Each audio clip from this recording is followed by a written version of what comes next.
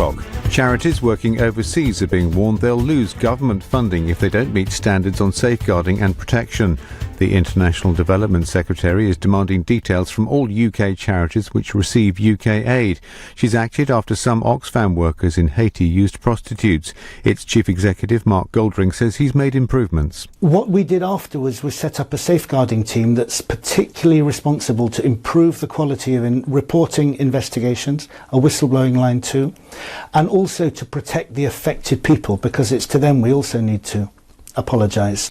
Rescue efforts are continuing in Arizona after a helicopter on a sightseeing trip crashed in the Grand Canyon. 3 people have been killed and 4 injured. A man's being charged with murdering his 8-year-old daughter. Miley Billingham was discovered with knife wounds at the home of 54-year-old William Billingham last month. The new leader of Sinn Féin says she thinks Brexit and the collapse of devolution has created a polarisation in Northern Ireland. Mary Lou MacDonald has taken over from Gerry Adams. She says she doesn't think Brexit and the Good Friday Agreement are compatible. I sense a real resentment amongst Irish people that Ireland potentially becomes the collateral damage within the Tories in London. Irish interests demand the entire island stay inside the customs union and within the single market. Theresa May is to set out her hopes for Brexit over the coming weeks. It's understood Boris Johnson, David Davis and Liam Fox will also give keynote speeches setting out Britain's roadmap to leaving the EU, and Nigel will be leading Britain's conversation on this next. Westminster Council is asking 15,000 of its wealthiest residents to pay extra council tax. A letter will go to Band H homes worth over £1 million. The council's leader, Nikki Aitken, has told LBC the money will be used to help the young, lonely and homeless. It's not fair to put council tax up across the board. So we're trying this innovative and I think progressive scheme to ask those who are wealthier, if they want to pay a bit more, then we are giving them the ability to do so. Virgin Trains East Coast is going to withdraw quiet coaches from first class in May. It'll keep them in standard class. First Great Western removed quiet coaches in first class in 2014 and Cross Country doesn't have them on its Voyager trains. LBC weather, a cold but bright day. Showers for western areas and mainly falling as snow in northwest Britain. Highs of 7 degrees. From Global's newsroom for LBC, I'm Andy Ivy. February. The month-long encore of darkness. Everything feels empty. February! The fire's stoked and the crumpets are buttered. Everything feels epic! Supercharge your home insurance with 10% off AXA, exclusively at Money's Supermarket. New customers only. Minimum premiums apply. Offer ends 28th February 2018. See moneysupermarket.com/deals for full T's and C's. LBC travel and the M25 looking a bit slow clockwise between Leatherhead, that's junction 9, and Wisley at junction 10. There's an abnormal load which is taking up 2 lanes there. The A12 at Gants Hill is slow southbound or westbound towards an accident at the Gants Hill roundabout. 1 lane's blocked. And in Victoria, this broken down bus is still blocking Wilton Road at Victoria Station. It's been there for most of the morning so far. Now for the trains, Greater Anglia can't run from Hackney Downs to Tottenham Hale. It's due to a problem with the track and emergency repairs. LBC Travel, I'm J. Louise Knight. This is LBC from Global, leading Britain's conversation. The Nigel Farage Show.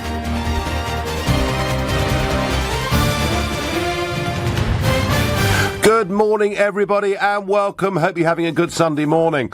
Are you confused by what's going on with Brexit? Do you know what the Prime Minister really stands for? And I ask that because a really fascinating poll out today. It's in The Independent on Sunday. It's carried out by a reputable polling group, BMG Research, and they interviewed 1,500 people. And when asked the question, do you know what Mrs May's Brexit plan is? Guess how many very strongly know and understand what her plan is? Well, it's 3%. And I'm wondering where they found them from.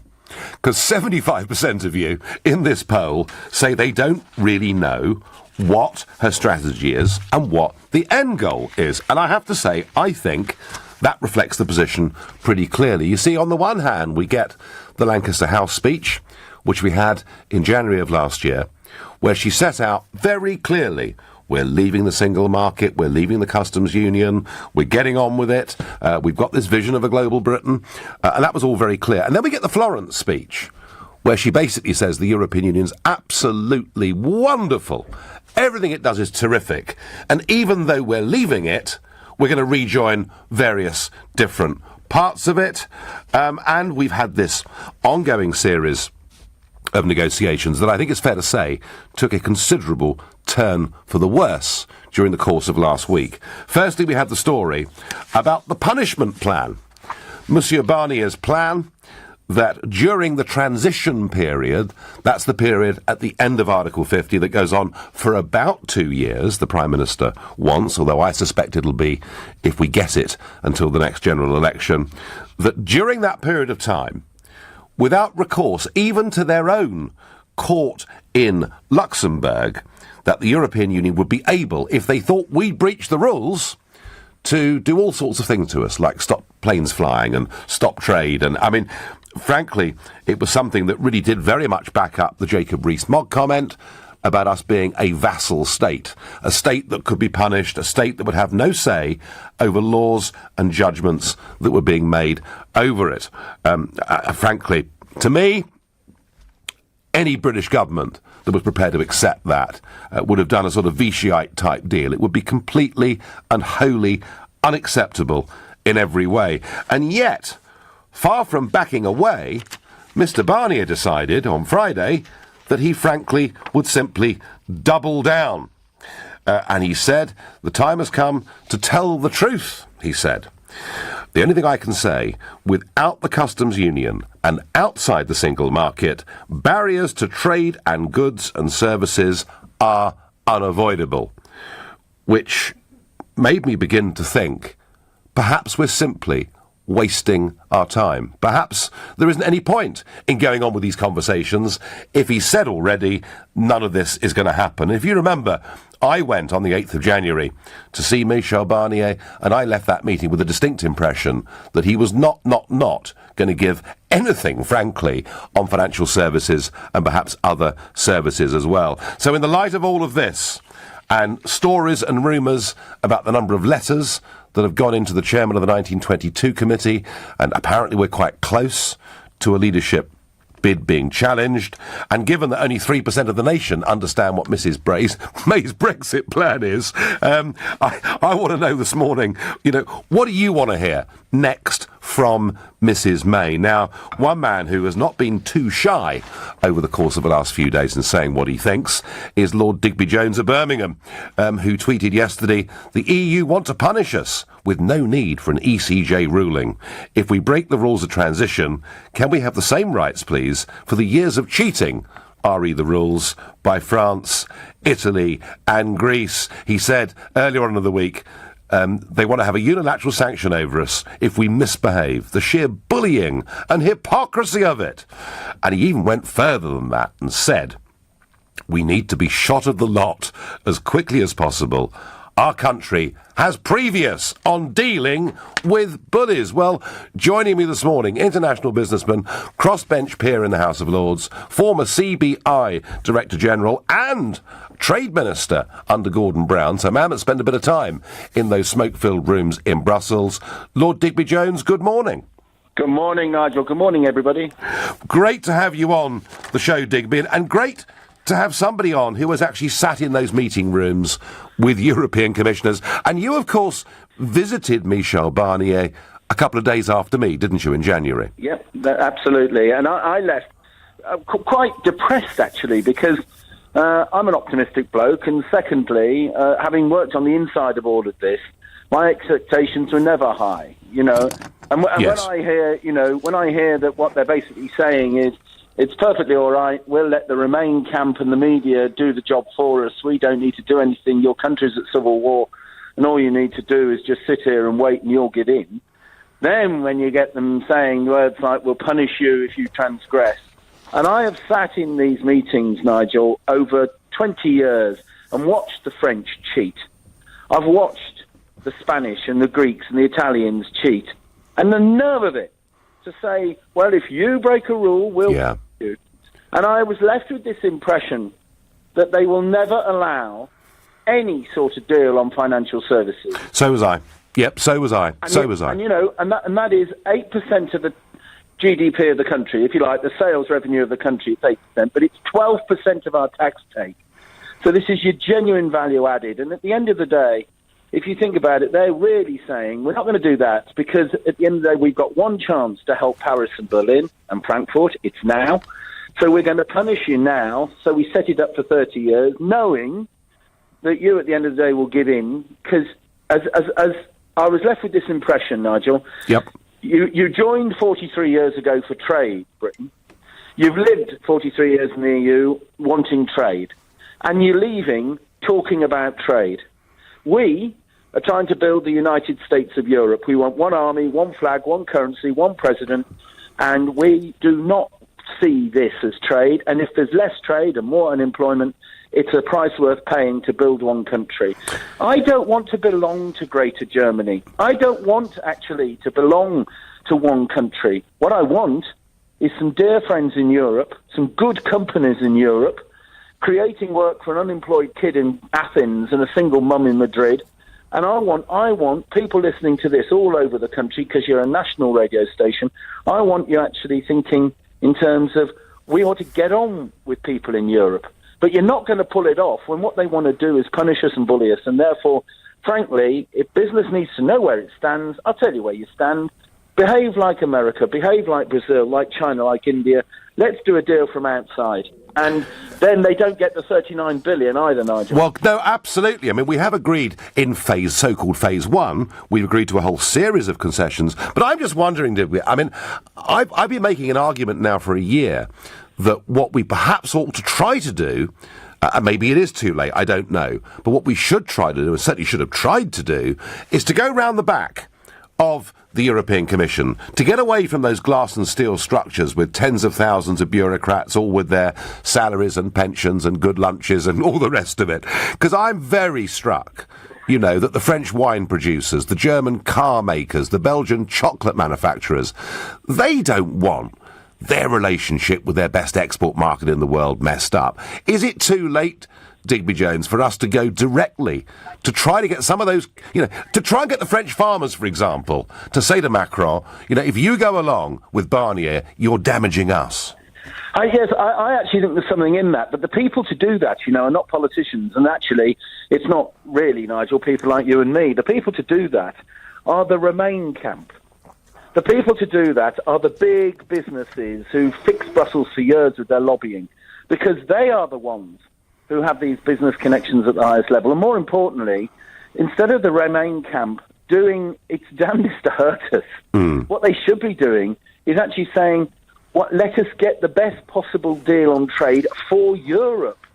Because this is going to hurt Europe too. Yes. And they're on this political journey, about a united Europe. And if I hear one more hypocrisy from either Remainers or indeed other people in the media saying, well, for some reason we can belong in a customs union and a single market and not subject ourselves to the no border control and submission to the European Court of Justice, just wake up and smell the coffee. I was left with this distinct impression from Monsieur Barnier that he is there, and what he's actually going to do is show us through the door. They see us as having left, and his job is to show us through the door. And we are trying to sell them a pound of pears, and they're trying to sell us a pound of apples.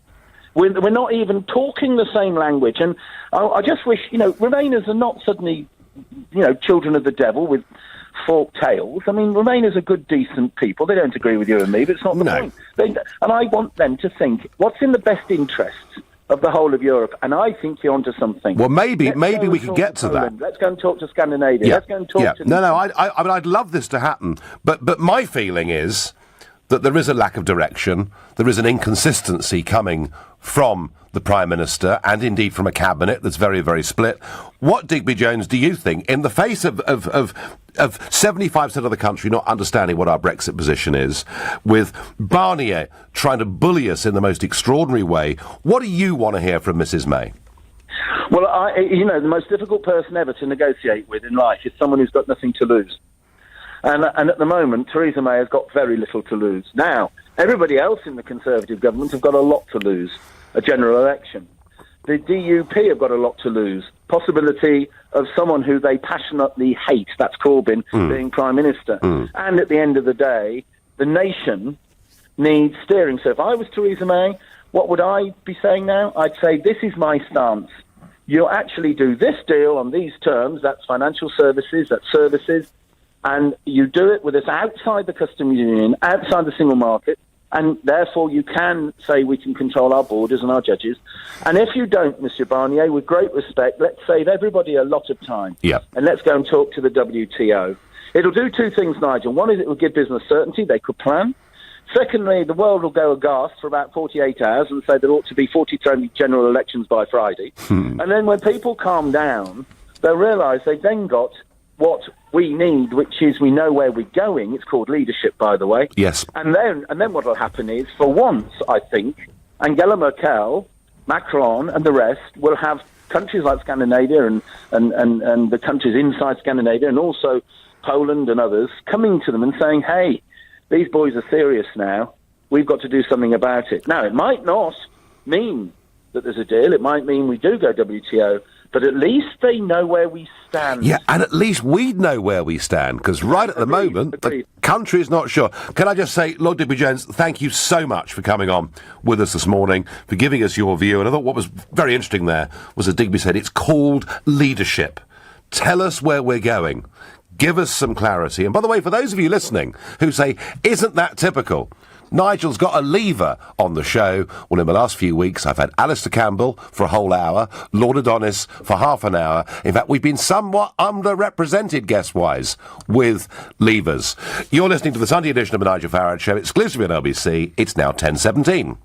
Nick Ferrari at breakfast. On the good side, raising £33 million for good causes. On the other side, there's the suggestion that they're secretive and sinister. I speak of the Mason, Dr. David Staples, the chief executive of the United Grand Lodge of England. Effectively, he's the boss. Is it Tubal-Cain or Tubal-Cain means? They declined to tell me. Why would that be? This is because it's, Doctor, you can't say the word. Well, I'm not going to say it, no. You know, But your why listeners can't you can say it go... to me now? Because it's about integrity. Nick Ferrari at breakfast. Every weekday morning from 7. Only on LBC.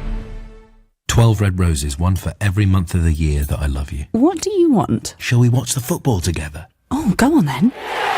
Spoil your Valentine with 12 African fair trade red roses, only £10. Co-op. Great deals this Valentine's. Participating stores only, subject to availability. Offer ends 15th February 2018.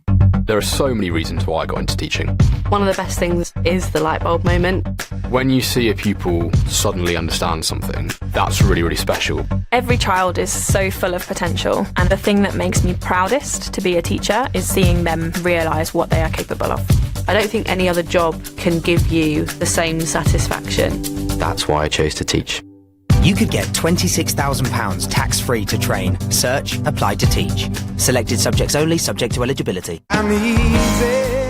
The Mail on Sunday is already Britain's best read Sunday paper, and now it's even better with a sparkling new supplement called Life. It's jam-packed with health, travel, property, food and drink, and much more. And this weekend we're giving you the perfect Valentine gift. Free luxurious chocolates from Hotel Chocolat worth $3.95. Plus, You Magazine has the ultimate chocolate Valentine recipes to make your heart melt. Live life to the full with this weekend's Mail on Sunday. See newspaper for redemption details. Hello and welcome to Scam or Smart. We'll play 2 investment pitches. You guess which one's a scam. Okay, here's the first. This opportunity is very interesting, but it won't be around for long. Right. Now for the second. This option offers better potential than what's currently available on the stock market. So, which one's the scam? Well, it was the first. Hard to tell? That's why smart investors always check the warning list from the Financial Conduct Authority. Search Scam Smart. What have you done to my toast? It's a mess. It's a jam heart.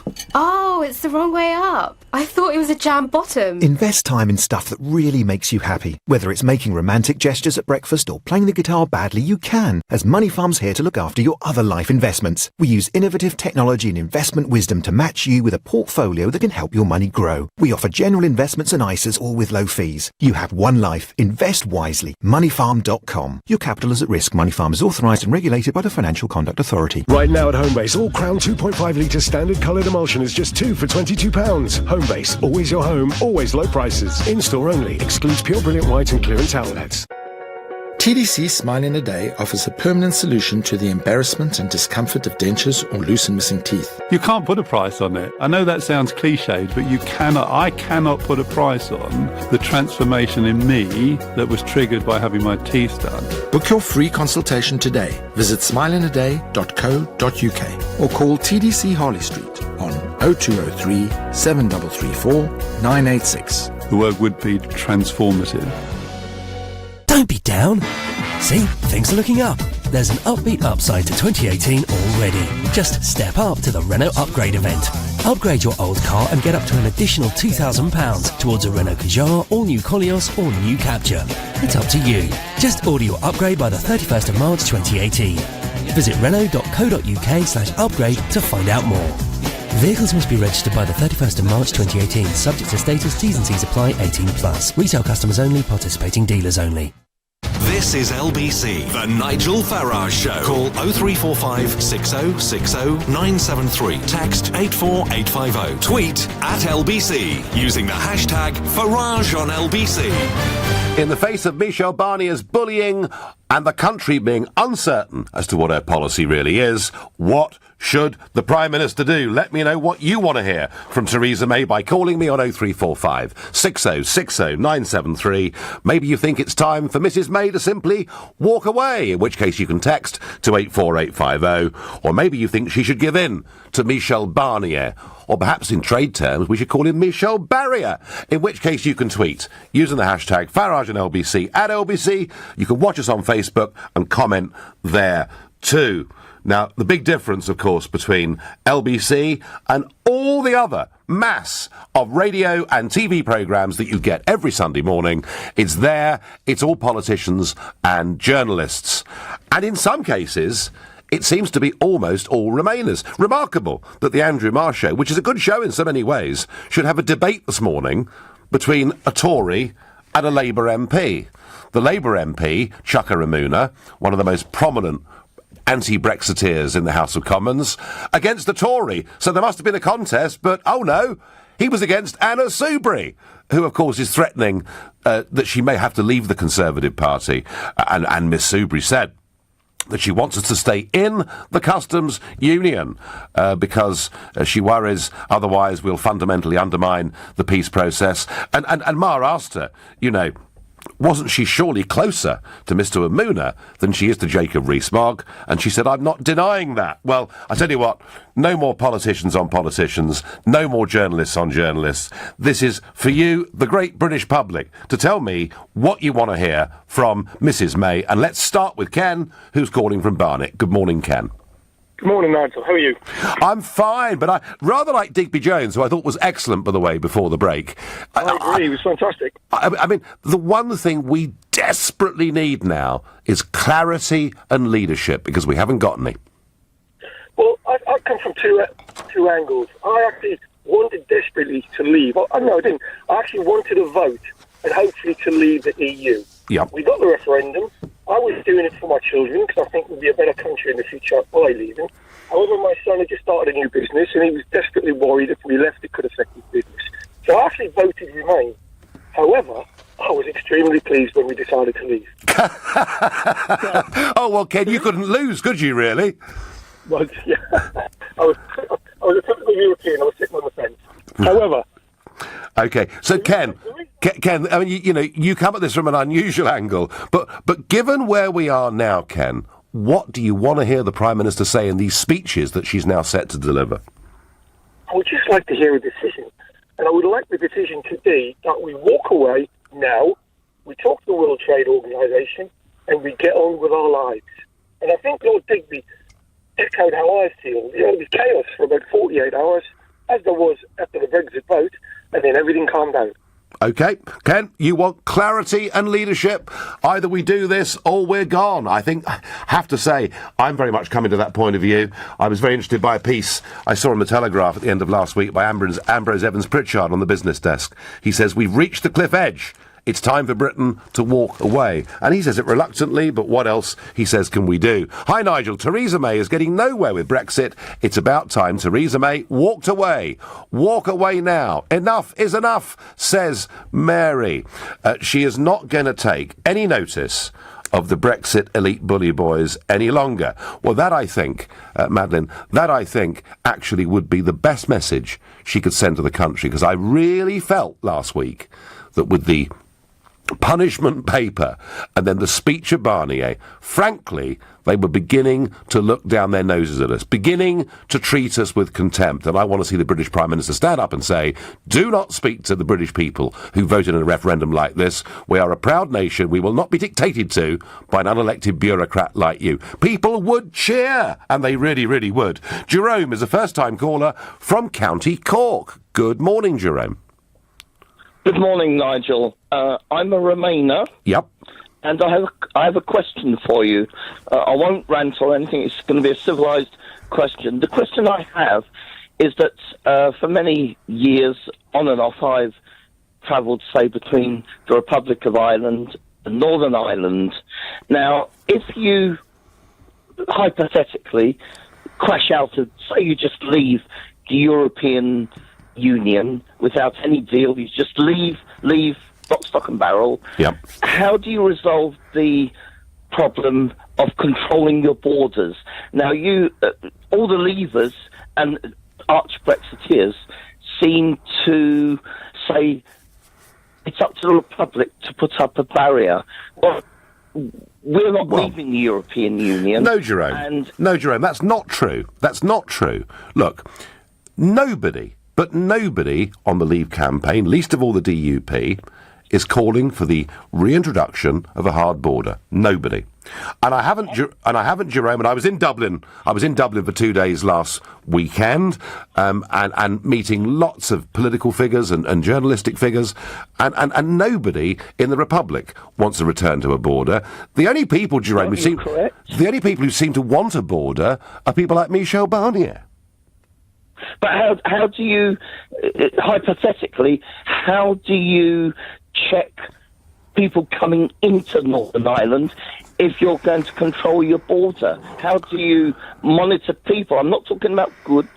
I'm talking about people. Well, Jerome, the answer to that, of course, is that Ireland is not part of the Schengen area. Thank goodness. So people, for example, if you get a car into Romania, you can drive it to Paris without it ever being checked through border after border after border. That is not the case with Ireland. It's not part of Schengen. And anybody coming from the south into the north and then looking to try and get to the mainland has either got to get a boat, a ferry, or get an aeroplane. You're right to say, if that route became something that was used for the illegal smuggling of people, that in some ways we'd have to act. But I do think the fact that the island of Ireland, is there, surrounded by the sea, makes that problem very, very much easier. But Jerome, just one quick thing for you. I mean, isn't it remarkable that the Irish government aren't standing up and shouting at Brussels and saying, can we please have a tariff-free deal with the United Kingdom, because otherwise Irish agriculture could suffer horribly? But that's a possibility. But again, you seem to be slightly forgetting that the problem is that once, say, Britain is out of the EU, you're a different, say, legal entity. So, in a sense, you've got the EU, say, as a legal entity, and then you've got say, Britain as a distinct legal entity. Yes, you're right. You're right. We'll be an independent country. How about that? Yeah, but if you're going to have different regulations, if you're going to have different, say, barriers to trade or barriers, if you're going to make life awkward, that's the problem, isn't it? But Jerome, already, if we drive across that border, we've got a different tax regime, we've got a different currency. We live with that, and it's quite true. People drive north to the supermarket or south to the supermarket, depending on what sterling euro is doing. Yeah. So, we manage it now. We can manage it in the future. Just briefly, Jerome, and from a Remainer perspective, what would you want to hear Theresa May saying in these big set-piece speeches?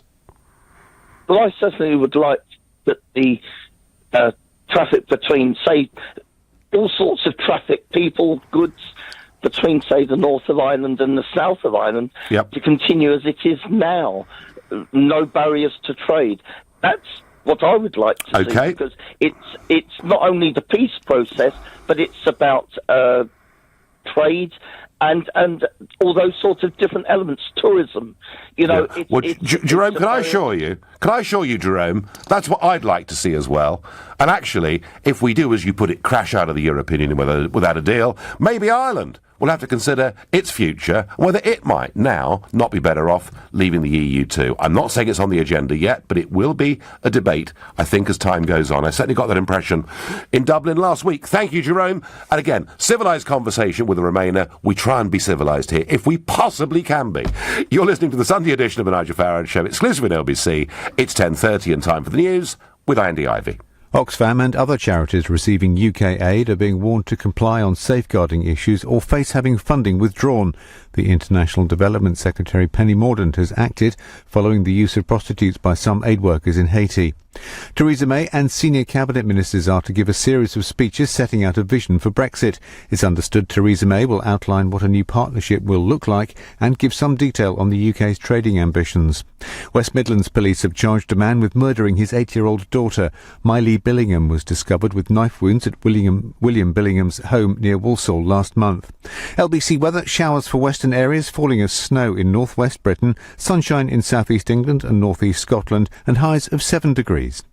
LBC travel and expect delays around Victoria, where Wilton Road is blocked by a broken down bus at Victoria Station. That's affecting about 7 bus routes at the moment. Things have improved on the A12 at Gants Hill, though. The accident westbound at the Gants Hill roundabout has been cleared. That means that all lanes have reopened. Now, for the trains, Greater Anglia are still not running Tottenham Hale to Hackney Downs. They're doing some emergency repairs. It means that trains are diverting via Seven Sisters instead. And there are half-hour delays on Chiltern Railways through Beaconsfield. LBC Travel, I'm J. Louise Knight.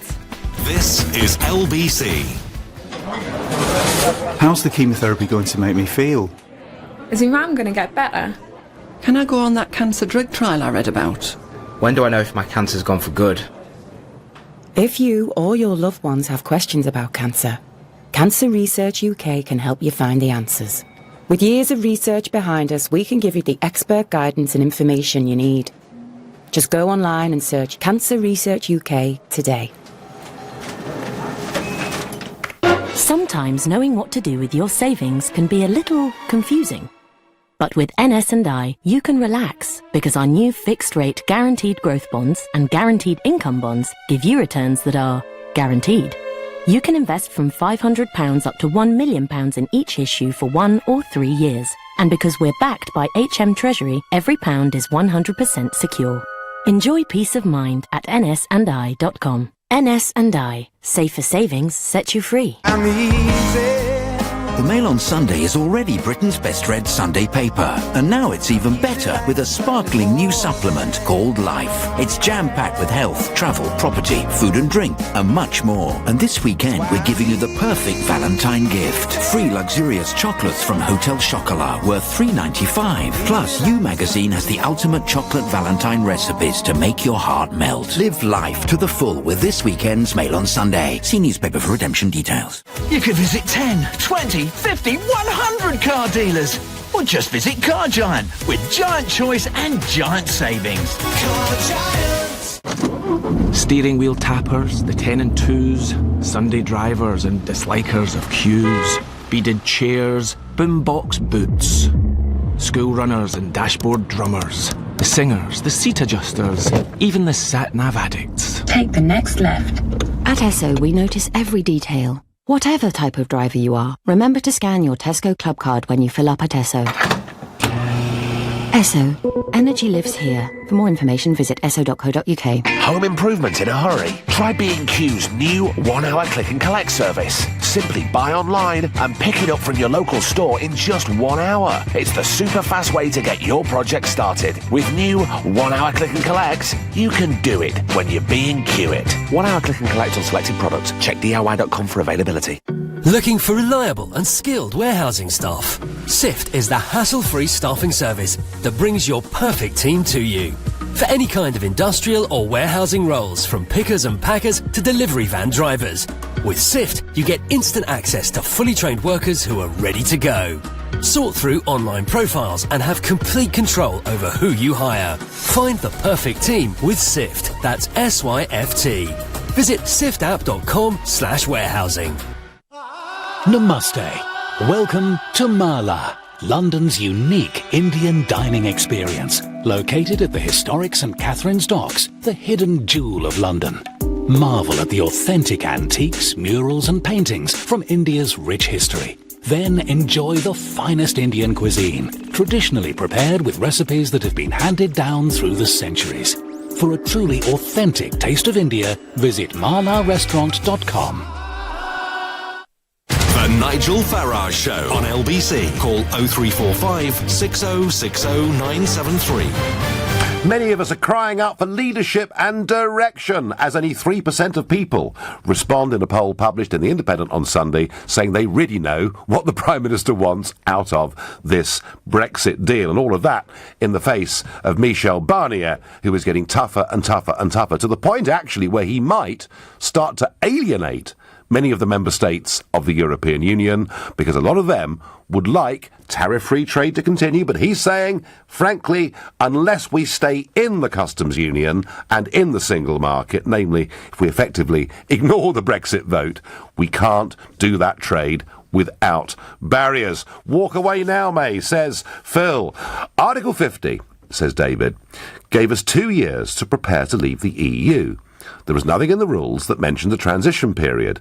We should leave next year and make it very clear that we are. Let the EU do the running now. Well, David, you're quite right. I thought Article 50 was the transition period. It took us 9 months to trigger it. We had 2 years, or up to 2 years, to sort everything out. And now Mrs May seems to be desperate for a transition period. I think because she's coming under pressure from quite a lot of the big banks and the big multinational businesses. And the argument that it's all going to take time and there's a lot to sort out is the one that seems to be getting the upper hand. But Barnier, you see, having threatened us that we couldn't move on to even talk about trade unless we agreed to the exit bill, the more jurisdiction for the European Court, Barnier now is saying that we won't have a transition period unless we accept, basically regulatory alignment, namely all the rules will be the same. But we do need stronger messaging. I mean, I'm very struck today in the Sun newspaper, page 4, David Wooding, PM, give us a say or we won't pay.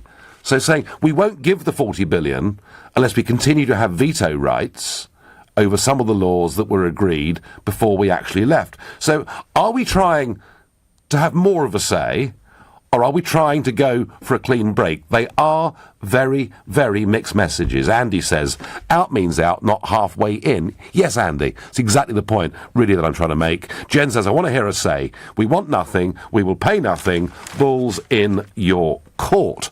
Adam is calling from the Isle of Sheppey in Kent. Good morning, Adam.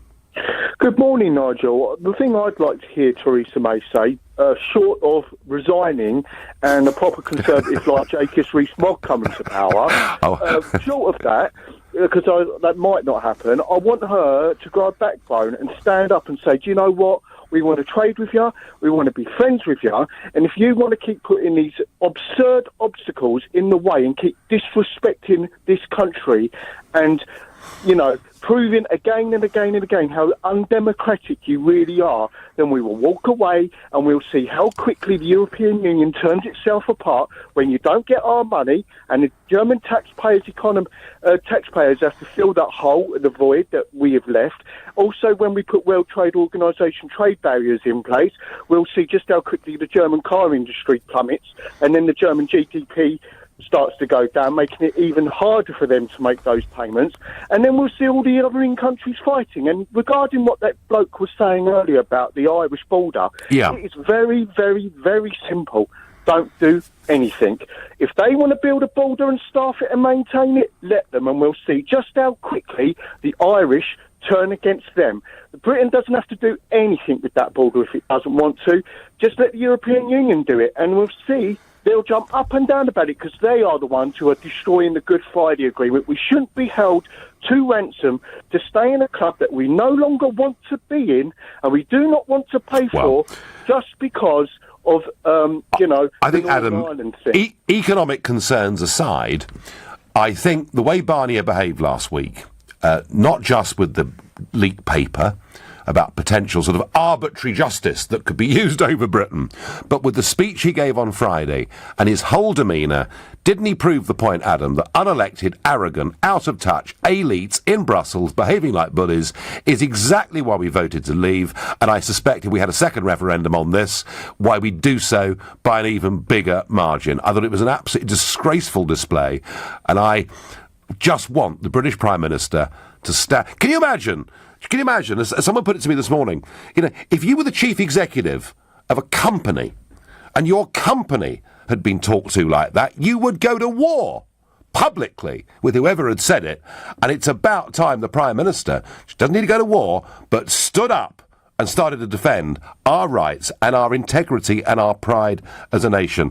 Adam, I thank you for the call. Frustrated Brexiteer there in Adam. Brian is calling from Welwyn Garden City. Good morning, Brian.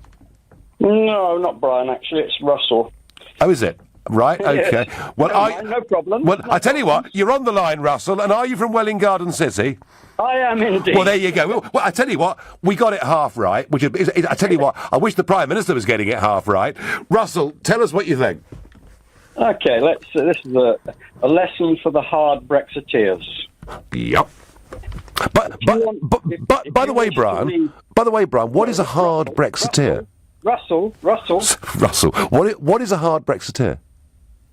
Someone who wants to leave without any agreement whatsoever. Okay. All right, go on. Is it not? Well, actually... It's someone who wishes to go out and trade under WTO agreements. I don't think anybody had that as their first choice, but I think Monsieur Barnier and Brussels are making it Hang on a minute. impossible. I'm not interested. No, the hard Brexiteers are saying, go away, we don't want to know about you, let's just leave the EU and that's it, finish. Okay. That's the hard Brexiteer. True or false? Let me say this, Russell. Nobody started with that position. Everybody said it made common sense to continue with tariff-free business. But given, despite the trade imbalance, that Barnier and Co have made it impossible, that is the view that many are now coming to, yes. Nigel, please answer my question. People are saying, let's get out, let's leave the EU, we don't need them, let's just go straight to WT. That is the hard Brexit argument. True or false? Answer yes or no. The Brexit argument is we wish to leave the European Union and be an independent country, and anything else is secondary to that. But let's just, but for the sake of your argument, all right, there are many of us, and we just heard from Lord Digby Jones, and I quoted Ambrose Evans Pritchard in the Telegraph. There's a growing body of opinion, Russell, that we should stop wasting our time and just do it. So take that as a starting point and tell us what's wrong with that. Could I say something, please? Go on. You're just talking over me. Everybody knows. You keep asking me a question. No, well, yes, and I asked for a yes and no answer, and you wouldn't give it. You went off on some tangent. Now, just let's get down to the basics. If we leave the EU without any agreement, we go to World Trade Organization international laws. True or false? Well, I didn't know it was a quiz, but let's have a pop at true. Yeah, it's true. That means that we then have to go under international law to hard borders because tariffs will come into play and we will have hard borders. Also, you do not wish to have any emigration or immigration, whichever way you want to look at it, into our country from the EU. True or false? False. No, you don't. Excuse me, if you're under WTO rules, you will have no immigration from the EU. No, Russell, I'm sorry. You are now heading off into Fantasyland. The point about... I'm not. The point about being... That's the reality. No. Russell, please listen to me. The point about being an independent, sovereign, self-governing nation-state is you can decide who you do and do not want to let into your country. Yes, and you will have to have hard border. You will have to have a border which is policed, totally and utterly policed. You can't do it any other way than to have a border which is policed. Well, I mean, I wish we policed the border better than we do at the moment. Exactly. You see, you're actually confirming what I'm saying. A hard border and stopping any goods coming in except world tariff or World Organization tariffs. Had it occurred to you that when you see those incredible container ships going up the channel, I think some of them now take 20,000 containers. Hardly any of them come from the European Union. They're coming from China and all over the world. And do you know what? We manage to deal with it. We are trading already with the world, Nigel. Right. We are trading with the world. We trade with 56 countries under EU trade agreements that were made by the EU. Russell, Excuse me, I know very well I can buy any product I like, more or less, from the US, and I can go buy it from China. I just have to go on the internet, and I can buy whatever I like, still today, and it comes via the post to me. No problems whatsoever. Now, once we go to World Trade Organization rules, we then have to apply tariffs. Uh-huh. And those tariffs will have to be policed, which means we will have to have a hard border. And going to Northern Ireland, what you're saying, we can just continue as we are. Well, let's deal with tariffs, Russell, shall we? Listen to me for a moment. No, we're not going to Northern Ireland, Russell. You and I are talking about trade, and we haven't got time to do Northern Ireland as well. But let me just say this to you, that we don't actually have tariff-free trade with the EU, do we? Because we've been paying £10 billion a year for it. You just don't listen to anyone else. I do. You're not listening to me.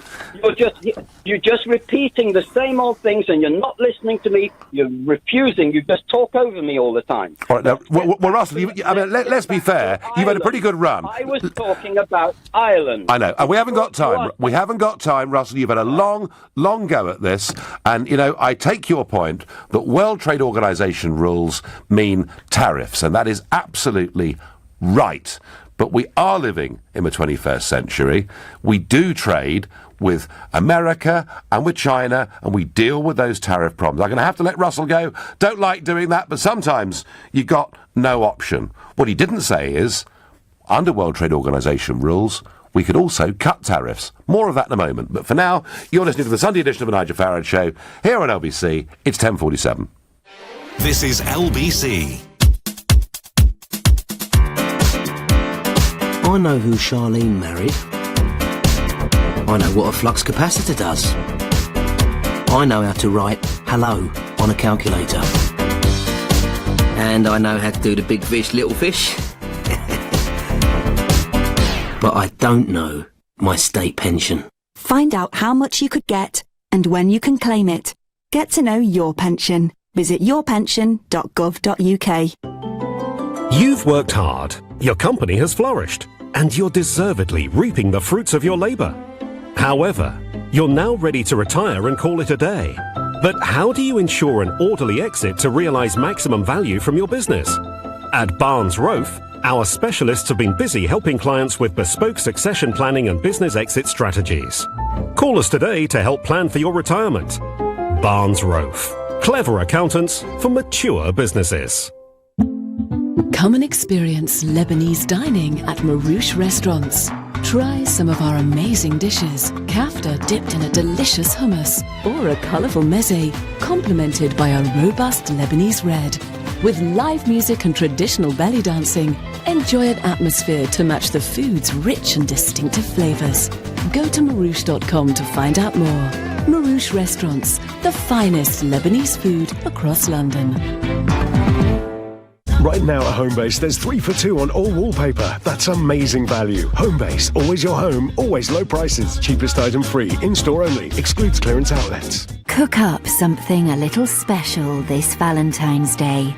To start, Lidl's breaded camembert wedges, $2.29. As a main, their rump steak with pink peppercorn butter is $4.99. And finish with Lidl's chocolate mousse pudding at $1.99. Then sit back and think of those 3 little words. I saved loads. Lidl, big on quality, little on price. Subject to availability and may vary selected stores. Don't break down now. I've got friends round tonight. Oh, don't break down now. I've got to open the shop. When winter does its worst, you need a boiler you can rely on. With British Gas, there's 10% off all new boilers and installation until the 31st of March. So you'll save at least £250 and get a 5-year warranty for added peace of mind. Search British Gas new boiler. Conditions apply.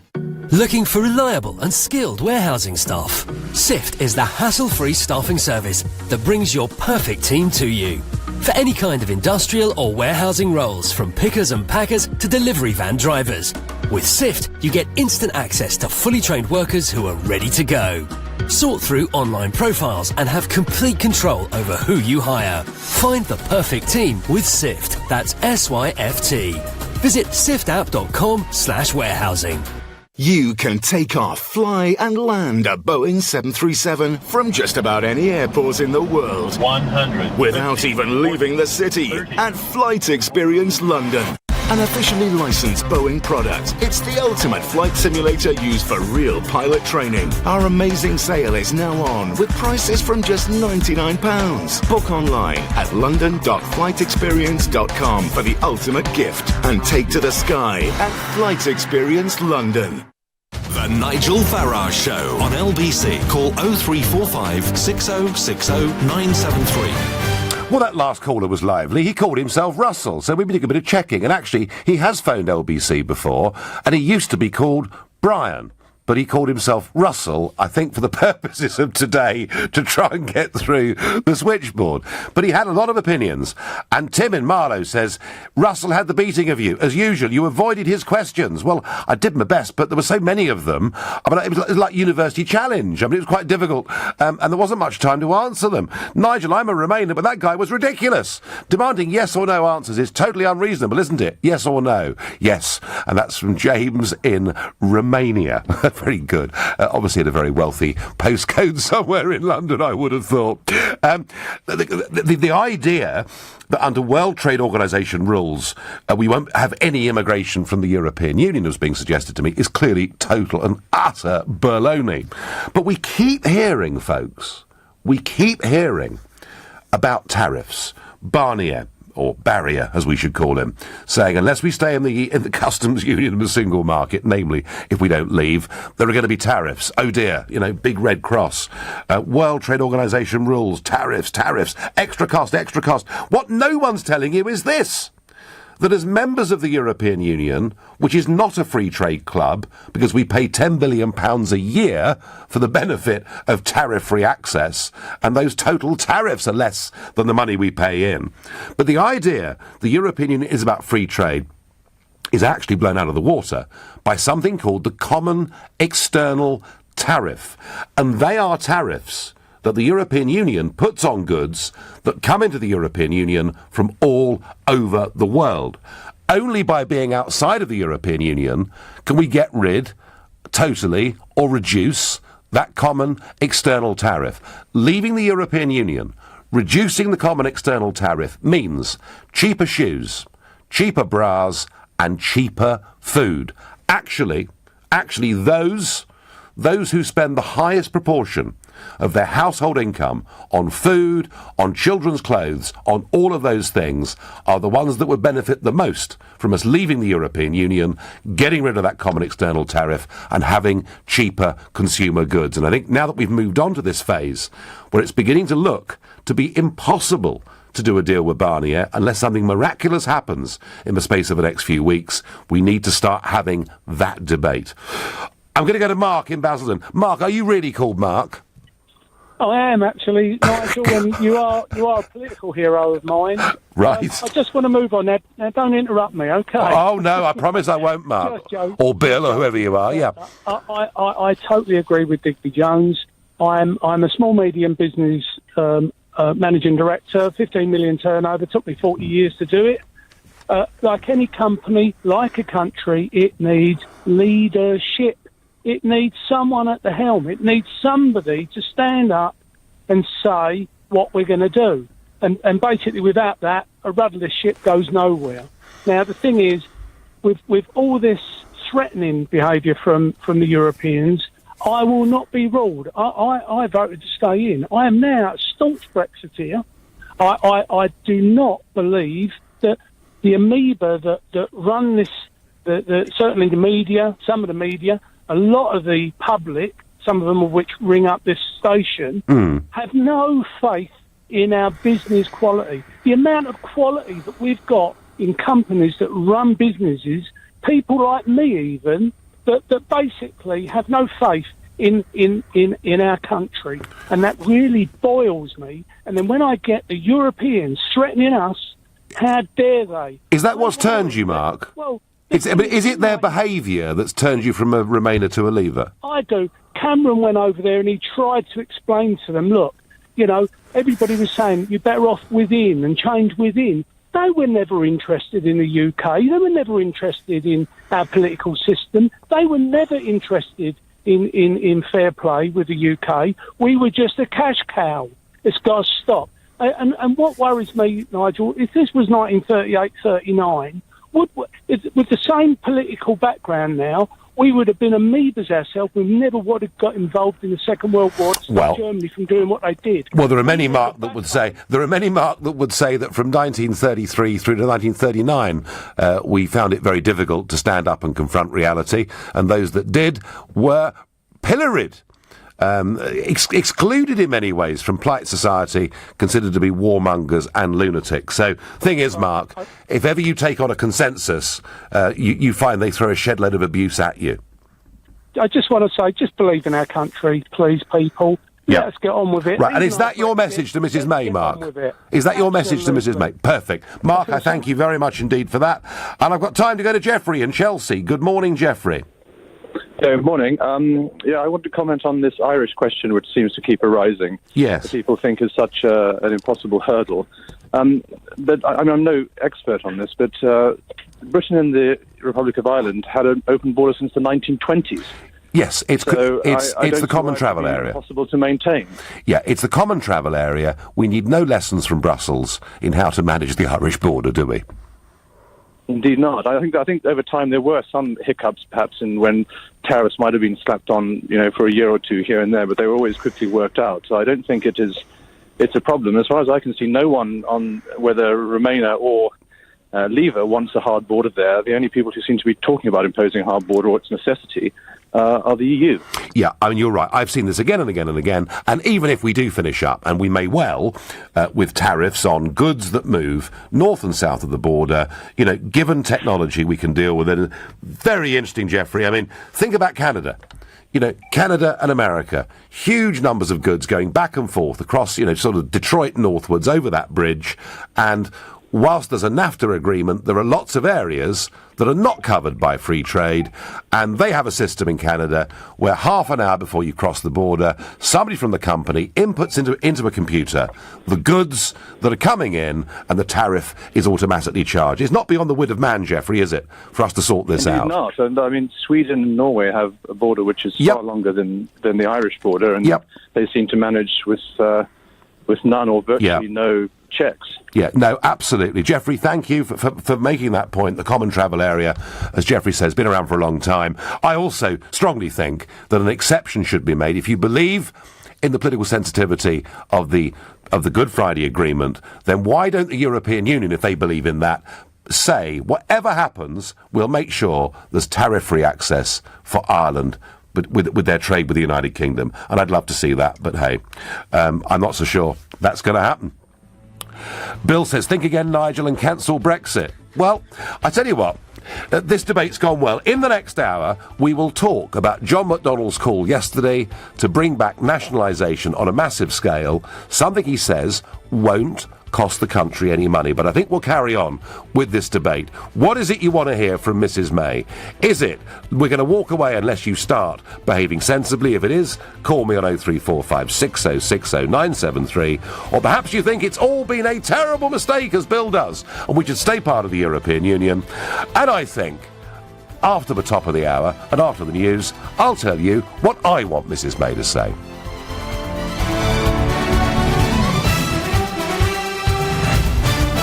On FM, online, on your mobile and on digital radio. Leading Britain's conversation. This is LBC. From Global's newsroom at 11 o'clock, the former International Development Secretary Priti Patel is calling for greater transparency from charities following claims of a cover-up of some Oxfam staff using sex workers in Haiti. A lot of people knew about this, and this isn't just in Oxfam, but I'm guessing at the Charity Commission in DFID. Why did they not call for prosecutions? Why were they not asking for evidence of the wrongdoings? Oxfam denies it hid the scandal. The Sunday Times claims more than 120 workers for leading UK charities have been accused of sexual abuse in the last year. The government is threatening to withdraw funding for charities which don't meet standards on safeguarding. 3 people have died after a sightseeing helicopter crashed in the Grand Canyon. Police in Arizona say 4 other people on board have been injured. Theresa May and senior cabinet ministers are to give a series of speeches setting out a vision for Brexit. It's understood the Prime Minister will outline what a new partnership will look like and give some detail of the UK's trading ambitions. The former Trade Minister, Lord Digby-Jones, has told Nigel on LBC he wants her to take a clear stand. You'll actually do this deal on these terms, that's financial services, that's services, and you do it with us outside the customs union, outside the single market, and therefore you can say we can control our borders and our judges. And if you don't, Mr Barnier, with great respect, let's save everybody a lot of time, and let's go and talk to the WTO. A woman has been found stabbed to death at a flat in North London. The 55-year-old victim was discovered by police in Camden on Friday morning. Rescuers have resumed their search for a hill walker missing since Thursday in Wester Ross in the Scottish Highlands. The body of his brother was found yesterday by a mountain rescue team.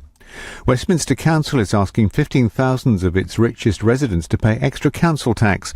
A letter will go to Band H homes worth over £1 million. The council's leader, Nikki Aiken, has told LBC it's a voluntary donation to help cover services for the young and homeless. I and my colleagues have been getting more and more people in wealthier homes saying, why don't you put your council tax up? I don't mind paying a little bit more. But the issue with the council tax system as it is that we can't. We have no flexibility of putting up council tax in certain bands. It has to be across the board. Forecasters have issued new yellow weather warnings of snow and ice for the western half of the UK later. This morning, North West Motorway Police say they had numerous reports of accidents in Lancashire.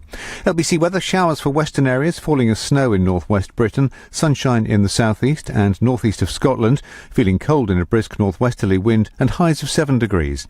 From Global's newsroom for LBC, I'm Andy Ivey. The Mail on Sunday is already Britain's best-read Sunday paper, and now it's even better with a sparkling new supplement called Life. It's jam-packed with health, travel, property, food and drink, and much more. And this weekend, we're giving you the perfect Valentine gift. Free luxurious chocolates from Hotel Chocolat worth $3.95. Plus, You Magazine has the ultimate chocolate Valentine recipes to make your heart melt. Live life to the full with this weekend's Mail on Sunday. See newspaper for redemption details. LBC Travel and the South Sector at Catford looking slow on cameras on all approaches to the Catford Gyratory. That's caused by the temporary traffic lights and roadworks there. Bolton Road in Victoria remains blocked by a bus that broke down first thing this morning at Victoria Station. And in Brentwood, Brook Street, the A1023, queuing eastbound from the M25 towards the A12 because of a car that's caught fire. Finally, for the trains, emergency repairs on Greater Anglia means no service from Tottenham Hale to Hackney Downs. LBC Travel, I'm J-Louise Knight. This is LBC from Global, leading Britain's conversation. The Nigel Farage Show.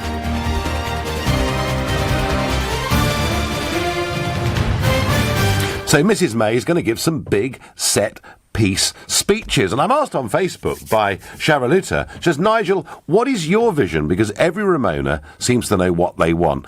Every Ramona says, we respect the result of the referendum, but we'll do our best to undermine it. It seems to me to be the position of most of the Ramonas.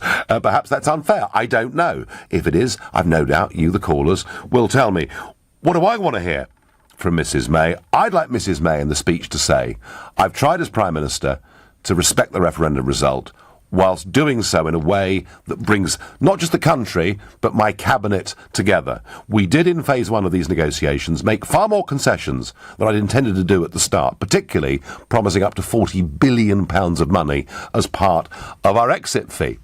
We've applied for a transition deal after Brexit, just to attempt to make the whole process smoother. And yet, every single time we give, all you do is throw sand back in our eyes. And frankly, what the European Union's chief negotiator did last week is a massive insult to the people of this country, and we simply cannot and will not put up with it. Brexit was primarily about getting the independence of the United Kingdom back from the European Union. Economic debates were a secondary concern, important though they are. But I did say in my Lancaster House speech last year that no deal was better than a bad deal. Perhaps in Brussels you've forgotten that. Well, actually, I mean it. And we're running up to this summit on the 22nd and 23rd of this month, where we're going to talk about trade. Unless you're prepared to show that you really do want to have a sensible, rounded trade deal, then we'll be forced to walk away at the end of March next year without any deal at all. We're going to immediately start talking to the World Trade Organization about putting things in place. We've decided that actually a transition is not what the British public voted for. We will be leaving on March the 29th next year. Let's all be grown up and try and do it as sensibly as we can. That is what I would like to hear the Prime Minister say in these speeches, that there is still one last chance. We have the big summit at the end of the month, but we start to get to a point as the months run out where actually, even moving to World Trade Organization rules, there wouldn't be time to sort out the nuts and the bolts. So I do think we're approaching pretty much crisis point on this in many, many ways. Colm is calling from Omagh in Northern Ireland. Good morning. Hello, Nigel. Good morning. So what would you like to hear the Prime Minister say? Well, if you would just leave her alone, she's trying to get the best deal, I think, for you. Well, the reason she's having to, give up on stuff because you need it. You need it, Nigel. You're going to be... And can I just say, you're disillusioned about Northern Ireland and Ireland.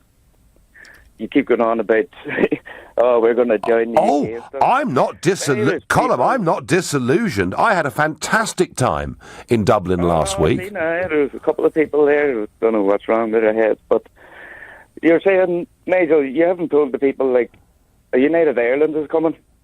It's going to be the Brexit because of Brexit. Either way, if we get a bad deal... if the majority of Northern Ireland voted to stay in the EU. But if the DUP pushed for it... Well, do you know what? Do you know what? You say that, right? But I heard this argument about Scotland.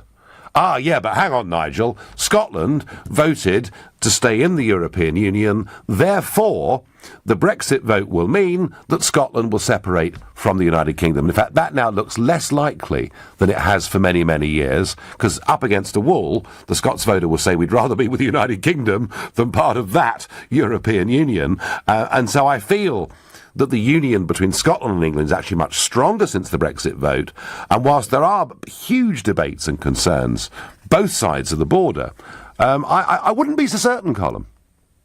The inevitability is a United Ireland. I mean, if it's going to be catastrophic for us in the north, why would we? Turkey's voting for Christmas. Why would we go along with it? And the converse may be true, Colm. If it works out really well for the UK, maybe Ireland will say, do you know what? We're now a net contributor. We've lost a huge fishing resource. Most of our trade isn't denominated in euros anyway. It's all been a mistake. I don't know. We will have to see. Nigel, watched Anna Soubry on Mar today, supporting Remain again. Has she forgotten that her constituents voted Leave? Or didn't their vote mean anything to her, says Phil, in North Wales? Yeah, I mean, my comment was that it was a bit odd for the BBC to have Labour and Tory in both Remainers on. But hey, question time on Thursday night was 4 Remainers and 1 Leaver, so I don't know. I think the caller Russell fails to understand that WTO will be better for us, says John from Wales. At the moment, John, WTO is being put up as a great bogeyman. It's a cliff edge. We're going to fall off into the abyss. Life will be impossible, as I've tried to point out. Actually, by getting rid of the common external tariff and making people's weekly shopping baskets better, there might just be, once that argument gets out there, a bit more support for WTO rules. Kim says, why the hell are you not part of the negotiations, Nigel? Come on! As if to say, I've been shirking.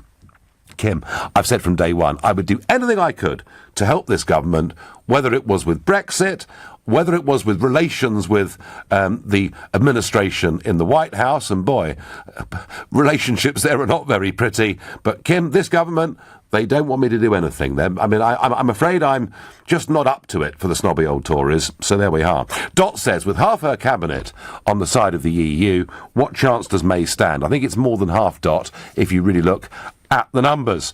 Sally is calling from Kingston. Good morning, Sally. Good morning, Nigel. Lovely to talk to you. First thing I'd like to say is I don't think there's anybody better than you that could be on the negotiating team, but there we are. There we have what we have. Yeah. But the second point is, why aren't we hearing all that's happening in Europe just now? There's massive crisis. There's still the Greek crisis with no money. There's Italy coming up with the same situation, massive emigration, problems with the people who have emigrated into the country, illegal immigration I'm talking. Yep. And we all the time talking about how Britain's going to be this and that and how terrible everything is for poor British people.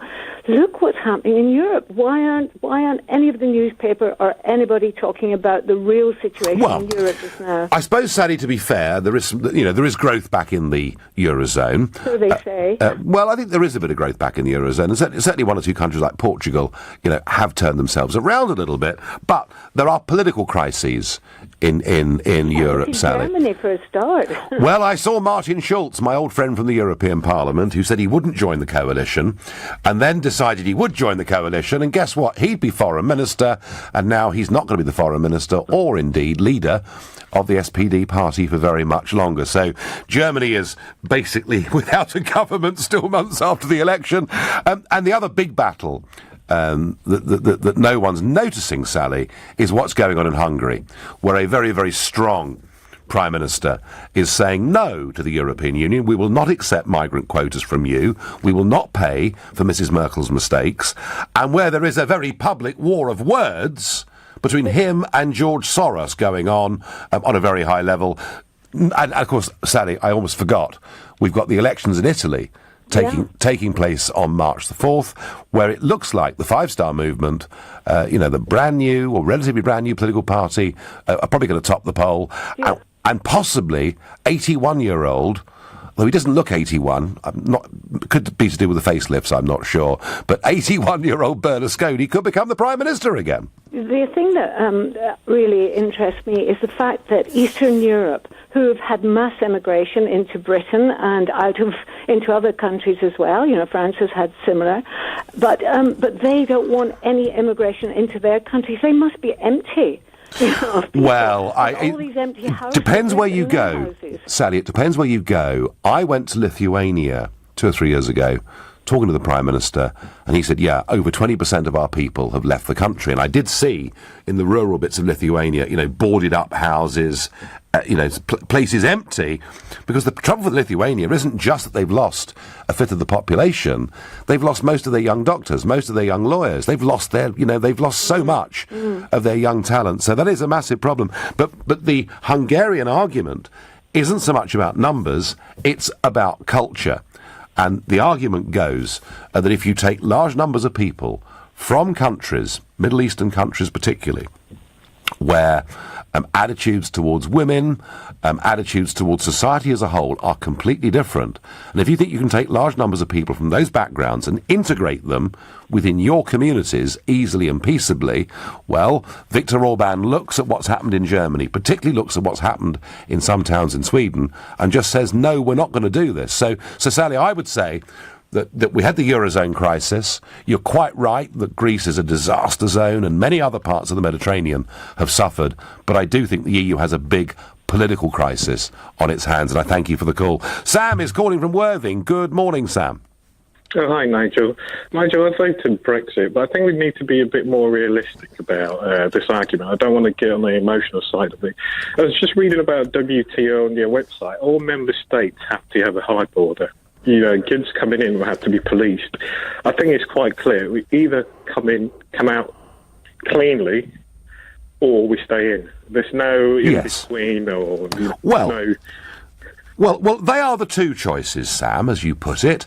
There is the possibility, of course, or there should logically be the possibility of a trade deal. But ultimately, Sam, you know what we voted. The vote was political, right? It was Brexit was a political vote to leave political union, and if that means WTO, then it means WTO. Well, if it means WTO, then how do we deal with the, Ireland issue? I mean, but Sam, there is a difference you here. Have an exception. I mean, yes, yes, you can. Come on, Sam. We've had on and off a common travel area with Ireland for about 95 years. We've made an exception for Ireland in a whole host of ways because of our shared and yet very complicated history. Yeah, I understand that, but it seems to me to have a WTO exception or a rule change, all member states will have to unanimously agree. No, Sam. EU member states in that as well. Sam, so I think we need to be a bit more honest. No. Let's be honest. The WTO has within it exceptions that can be made in cases of political sensitivity, and I think, Sam, we can make that case in Switzerland of political sensitivity, making the point that the Good Friday Agreement has made life there a damn sight better than it was before. We've got to do all that we can to preserve it. And I think, Sam, the WTO, I can't promise you, but I believe they'd be on our side. After all, their primary role is to make trade easier across the world. But I thank you for the point. You're listening to the Sunday edition of the Nigel Farage Show, exclusively on LBC. It's 11:16. This is LBC. We've got it at Selco. Selco, it's where the trade goes. At Selco Builders Warehouse, we've got real deals on a wide range of trade-quality building products. In February, we've got 15 litres of Leyland Contract Matte Emulsion in Brilliant White or Magnolia for only £17.99 ex-VAT. Now that's a real deal. We've got even more real deals and thousands of products in stock at Selco Builders Warehouse. To find your nearest branch, go to selcobw.com. We've got it at Selco. Selco, it's where the trade goes. Why, hello, it's me, Dracula. Relax, I don't bite. Much. Unlike the cost of some broadband deals. That's why I switched to Sky Fibre Unlimited. Just £25 a month, including line rental, plus a $9.95 setup fee, exclusively for new and existing Sky TV customers. Frightfully good value. It's totally unlimited, super fast, and they'll never slow you down, even at peak times. Well, you don't want anything to stop the flow when you're screaming. Sorry, streaming, do you? Search Sky Fibre. Sky. Believe in better. Available to new fibre customers in Sky Fibre areas. New 18-month contract. Check speeds at sky.com. Further terms apply. Many dentists across the UK will refer their more challenging dental implant patients to Darwood and Tanner. Here's Andrew Darwood. We are really proud to have patients come to see us from all over the world. Our reputation is built on delivering outstanding dental implant solutions for people with very challenging problems. To find out more about the transformational effect of Darwood and Tanner dental implants, go to darwoodandtanner.co.uk. Darwood and Tanner, obsessive about dental implants. Check messages, check tweets, check likes, check the score, check tomorrow's weather, check mum's okay, check last minute tickets. Check photos from Pete's stag. Oh, let me see. My phone's just died. We check our phones, tablets and computers over 100 times a day, but we don't check our travel, so we don't know about delays till we're stuck in them. Check our travel updates whenever you check in to help you get where you need to be. Search TfL Check Your Travel. To the Mayor of London and TfL, every journey matters. WG for Business is a single-source solution for office supplies, furniture, print and business services. If you're a company director or partner with 50 staff or more, contact us today. We have a proven track record to save you as much as 45% on your office supplies and services, and we'd like to offer you a free corporate spend audit now. Find out more at wgforbusiness.com or text the word audit to 87007. That's 87007. If you're ready for a career that really delivers, Tesco's looking for dedicated customer delivery drivers in the London area. This is your opportunity to feel like your own boss and feel great about making a positive difference for customers. Apply today and deliver more than just groceries. For the full job requirements and more information on how to apply, text DRIVERS to 60777. Tesco. Every little helps. The Nigel Farage Show on LBC. Well, whilst we ponder what Mrs May should say in these set-piece speeches that are lined up in response to mass confusion in this country as to what the government's real position is, and increasing threats from Monsieur Barnier, it is a very fair question to ask, where does Labour stand on all of this? Because I thought during the manifesto launches before the last election they were perfectly clear. We're leaving the single market, we're taking back control of our borders. Much of that has changed. Shadow Chancellor John McDonnell has been on ITV's Peston on Sunday this morning, and he said a second Brexit referendum would divide the country again, adding those divisions are really still there. OK. Then he says the better route is to have a general election. We'd never turn our back on democratic engagement, he said, but added that he would worry about opening up the potential of right-wing xenophobia. OK. McDonnell said, well, I think it better we have a general election. Better we have a general election on the issue and all the other issues, because you can then have a wider debate as well. I think what he means is, yeah, I know that millions of you voted for us, saying we'd leave everything, but actually, we've completely changed our minds now. Our intention now is to keep Britain part of a customs union and some form of the single market. But rather than coming back to you for a second referendum, we would like a general election and perhaps a coalition with the SNP to put that in place. However angry and upset some leavers are with the sheer indecision, frankly, of Mrs May. I'm conscious there are more than 4 million people, considering more than 4 million people, that voted Labour at the last election, who had voted Brexit the year before, and I suspect they, in many ways, are going to finish up being the angriest of all. That's what I think, because I can see the direction that the Blairite Parliamentary Party is taking Mr Corbyn in. And, it's pretty clear he seems to be up for being the next Prime Minister, doesn't he? Not sure that he will, but hey. Stanley is calling from Belfast. Good morning, Stanley. Hello there, Nigel. I'm my old hero there. Nigel, I don't understand how the border, as it's constituted at the minute, can be a template for any future border, because currently the border is a criminal corridor. It's a border for diesel smugglers, petrol for cigarette smugglers, yes, cattle rustlers, yes, and in fact it costs our economy here 100 million a year in lost taxes on diesel smuggling, and according to the Irish Times, it costs the Irish economy 900,000 euros, 900 million euros. Can you believe in smuggling? But after Christmas, we had the case where an Egyptian guy came over from England, came down through Northern Ireland, went to Dundalk, murdered a Japanese student, stabbed two of his friends, and the Irish authorities have no idea when that man came through the border. And in fact, you'll not believe it, but the local TDs were saying the border, as it is constituted at the minute, is a threat to our national security. So actually, the border in Northern Ireland is a red herring. OK, Stanley, I mean, your point is a valid one, because, as I said earlier, you've got a different tax regime, north and south. You've got a different currency, north and south, which fluctuates. So whether it's illegal smuggling or whether it's consumer choice, there is a lot of, changeable cross-border, movements of money. I understand that. Stanley, what everyone's scared of is they see the lack of border checks as being part of the benefit of the Good Friday Agreement and don't want to turn their backs on that. Well, Nigel, nobody in Northern Ireland, when they voted on the Good Friday Agreement, had a slightest consideration for the European Union.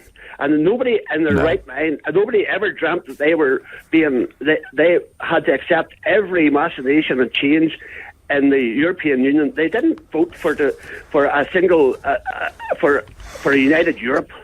No. Well, Stanley, you're quite right. You see, Stanley, I go to Brussels, right?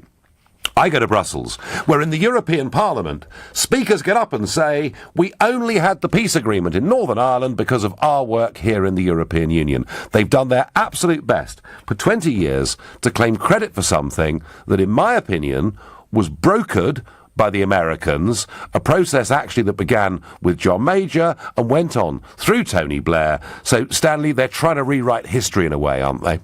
Absolutely. The peace process here has become, it's like feeding the crocodile.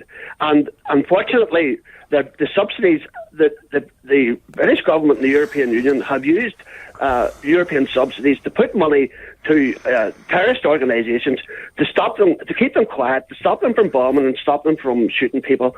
But it hasn't worked. And people are actually, even people in Northern Ireland now are actually asking for the Good Friday Agreement to be reformed, because it's an agreement that suits 20 years ago, and the whole world has changed, and Northern Ireland has changed, and we need a reform not only of the European Union, but the Good Friday Agreement. And nobody in Northern Ireland would call it a Good Friday Agreement, because when policemen were shot as bargaining chips, you can't refer that to the Good Friday Agreement. Right, OK, listen, Stanley, you made some very valuable points there. And Stanley, I was talking earlier about the fact with different currencies and taxes, there is a lot of this cross-border trade, and Stanley was saying actually it's being used outright in the black market for smuggling, and he hasn't got a problem at all with a border there that is policed in some way. If Ireland does not like the idea of a hard border, then leave the European Union. They would not look back, says Richard in East Sussex. William says on Twitter, having given it some thought, I've concluded that Brexit is a destructive decision that we will not take. Well, I tell you what, if the Prime Minister wants to get up in one of these speeches and say, actually, it's been a terrible mistake, we're not really going to leave at all, goodness knows what the political backlash in this country would be. Do not underestimate, at some point in time, the potential anger and power of those who, despite being told by the international establishment they shouldn't do it, voted for Brexit. There are millions of people out there getting frustrated, millions more watching and waiting. Lenny is calling from Ashford in Kent. Good morning, Lenny. Good morning, sir. What it is, I've been a Conservative all my life. Yep. And when Theresa May made her maiden speech, I went, great. That is exactly everything I wanted to hear. But I've got documentary evidence that it didn't mean a thing. Not a thing, Nigel. When you say documentary evidence, Lenny? Well, what it is, I mean, I've been on this program on LBC many times. Mm-hmm. I've been trying to create jobs and build houses on brownfield sites for many years. Yeah. And Conservative policy doesn't mean a thing. What they say doesn't mean a thing. All right. And if anybody ever wants it, I'll gladly come to anyone's office and show them. You'll have the shock of your life. All right, so they haven't delivered for you on brownfield development. What would you... But in terms of Brexit, and I do agree, the whole business agenda is part of that. What would you like to hear us say, Lenny? I mean, you were pleased with her, from the sounds of it, her Lancaster House speech a year ago. I don't think she can say anything, because the Europeans don't respect her because she's been so weak. You've got to put someone up against Europe who they respect and they know you mean it. And she's not the right person, no? No. I'll be quite honest. I mean, this chap he stands there. We've got no one to say to him, "Oi, sunshine, the party's over," and I mean what we say, and that is it. Well, I think, Lenny, I'd rather agree with that. Thank you. I've got time to go to Peter in Sunningdale. Good morning, Peter. Oh, good morning, Nigel. I'm a great fan. It's the first time I've ever spoken to anyone on the radio, so if you could bear with me a sec. Welcome. You're on LBC, Peter, but just think we're having a conversation. Now, what should... just in a couple of sentences, what should she say? Well, I think she's obviously got to tell them that we are a great country, and we've always been a great country, and I'm absolutely disgusted. My wife is French, and we have spent a lot of time in the south of France, and we know many, many people across the Europe. Most of them would like to get out of Europe. So this idea that there's some sort of utopia within Europe is absolute rubbish. And the other thing I would like to say is that many of them have said that they don't like the tyranny of the Germans. And there's a lot of people that feel that most of the countries in Europe have been dominated by the Germans, and some of them even say there's the jackboot on their throat. So I think that we've got to stand up and say, look, we are British, we can deal with the rest of the world. And one other thing I would say is that it really annoyed me some time ago when David Cameron said to you about racism. Oh, yeah. When I was at school, racism was African, Asian, Australasian and European. And as far as I'm concerned, it is the Remainers that are actually racist. Well, they are the people that do not want to deal with other people around the world. They want to deal with the supremacists within Europe. Well, I don't know whether they're racist or not, Peter, but what I do know is they want to build a big European state, and we voted against it. I thank you for coming on the radio. See, it wasn't too bad, was it? And any of you they've never done it before, it's 0345 6060 973, and it's like having a chat over a cup of tea or something else, whatever. I think we've done as much as we can on that. We need clarity of direction and leadership from our Prime Minister. She needs to deliver it very, very quickly. But in a moment, I want to discuss John McDonnell, not his thoughts on the European Union, but his thoughts on public ownership. Labour plans to bring back into public ownership many services, and he says it can be done without costing the taxpayer a penny. We'll have a look at that right now, but for the moment, you're listening to the Sunday edition of the Nigel Farage Show, exclusively on LBC. It's now 11:30 and time for the news with Andy Ivey. Oxfam is being accused by the International Development Secretary of lying and failing in its moral leadership following allegations of sexual misconduct by aid workers. Penny Mordaunt has condemned the behaviour of some of the charity's staff members as a complete betrayal. A man has been charged with murdering his 8-year-old daughter. Miley Billingham was discovered with knife wounds at an address in Walsall last month. Westminster Council is asking its wealthiest residents to make a voluntary donation to top up their council tax. It'll help pay for services for young people and the homeless. LBC weather: showers for western areas, falling as snow in northwest Britain, sunshine in southeast England and northwest Scotland, highs of 7 degrees. LBC travel, and in Barnes, the South Circular is slow on all approaches to the temporary traffic lights at the Red Rover junction. It's looking slow on the south side of Putney Bridge as well. Wilson Road in Victoria remains blocked with a broken down bus at Victoria Station. That means 7 bus routes are currently being diverted. Things have improved just off the M25 at junction 28 though. The Brook Street roundabout was queuing after a car caught fire earlier, but it is looking much better on cameras. And for the trains, no service on Greater Anglia, Tottenham Hill to Hackney Downs. LBC Travel, I'm J. Louise Knight. This is LBC. Come and experience Lebanese dining at Marouche Restaurants. Try some of our amazing dishes, kafta dipped in a delicious hummus, or a colourful meze, complemented by a robust Lebanese red.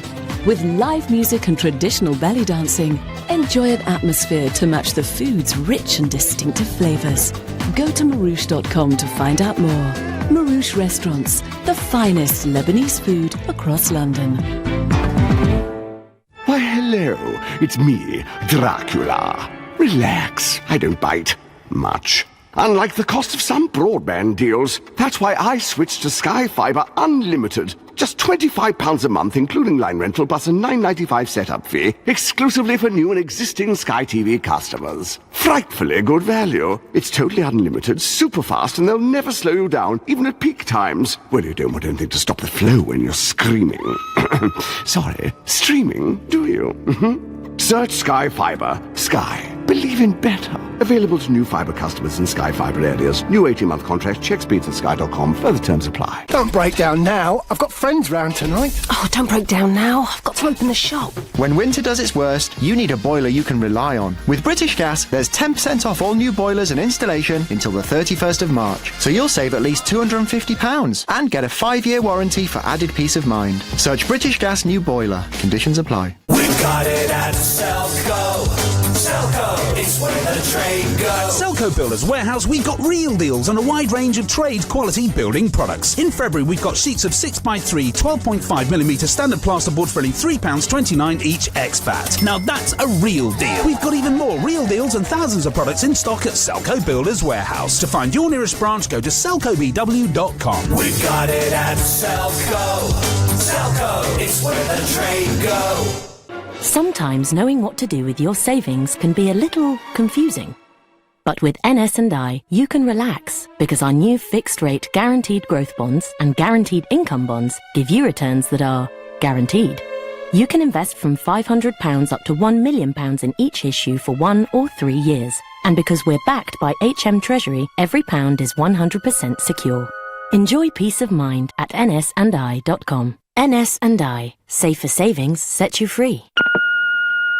Hi, I know you own a small business and I'm wondering if you're interested in some very well-paid new work. Funnily enough, did you know that about 59% of new customers don't leave a voicemail?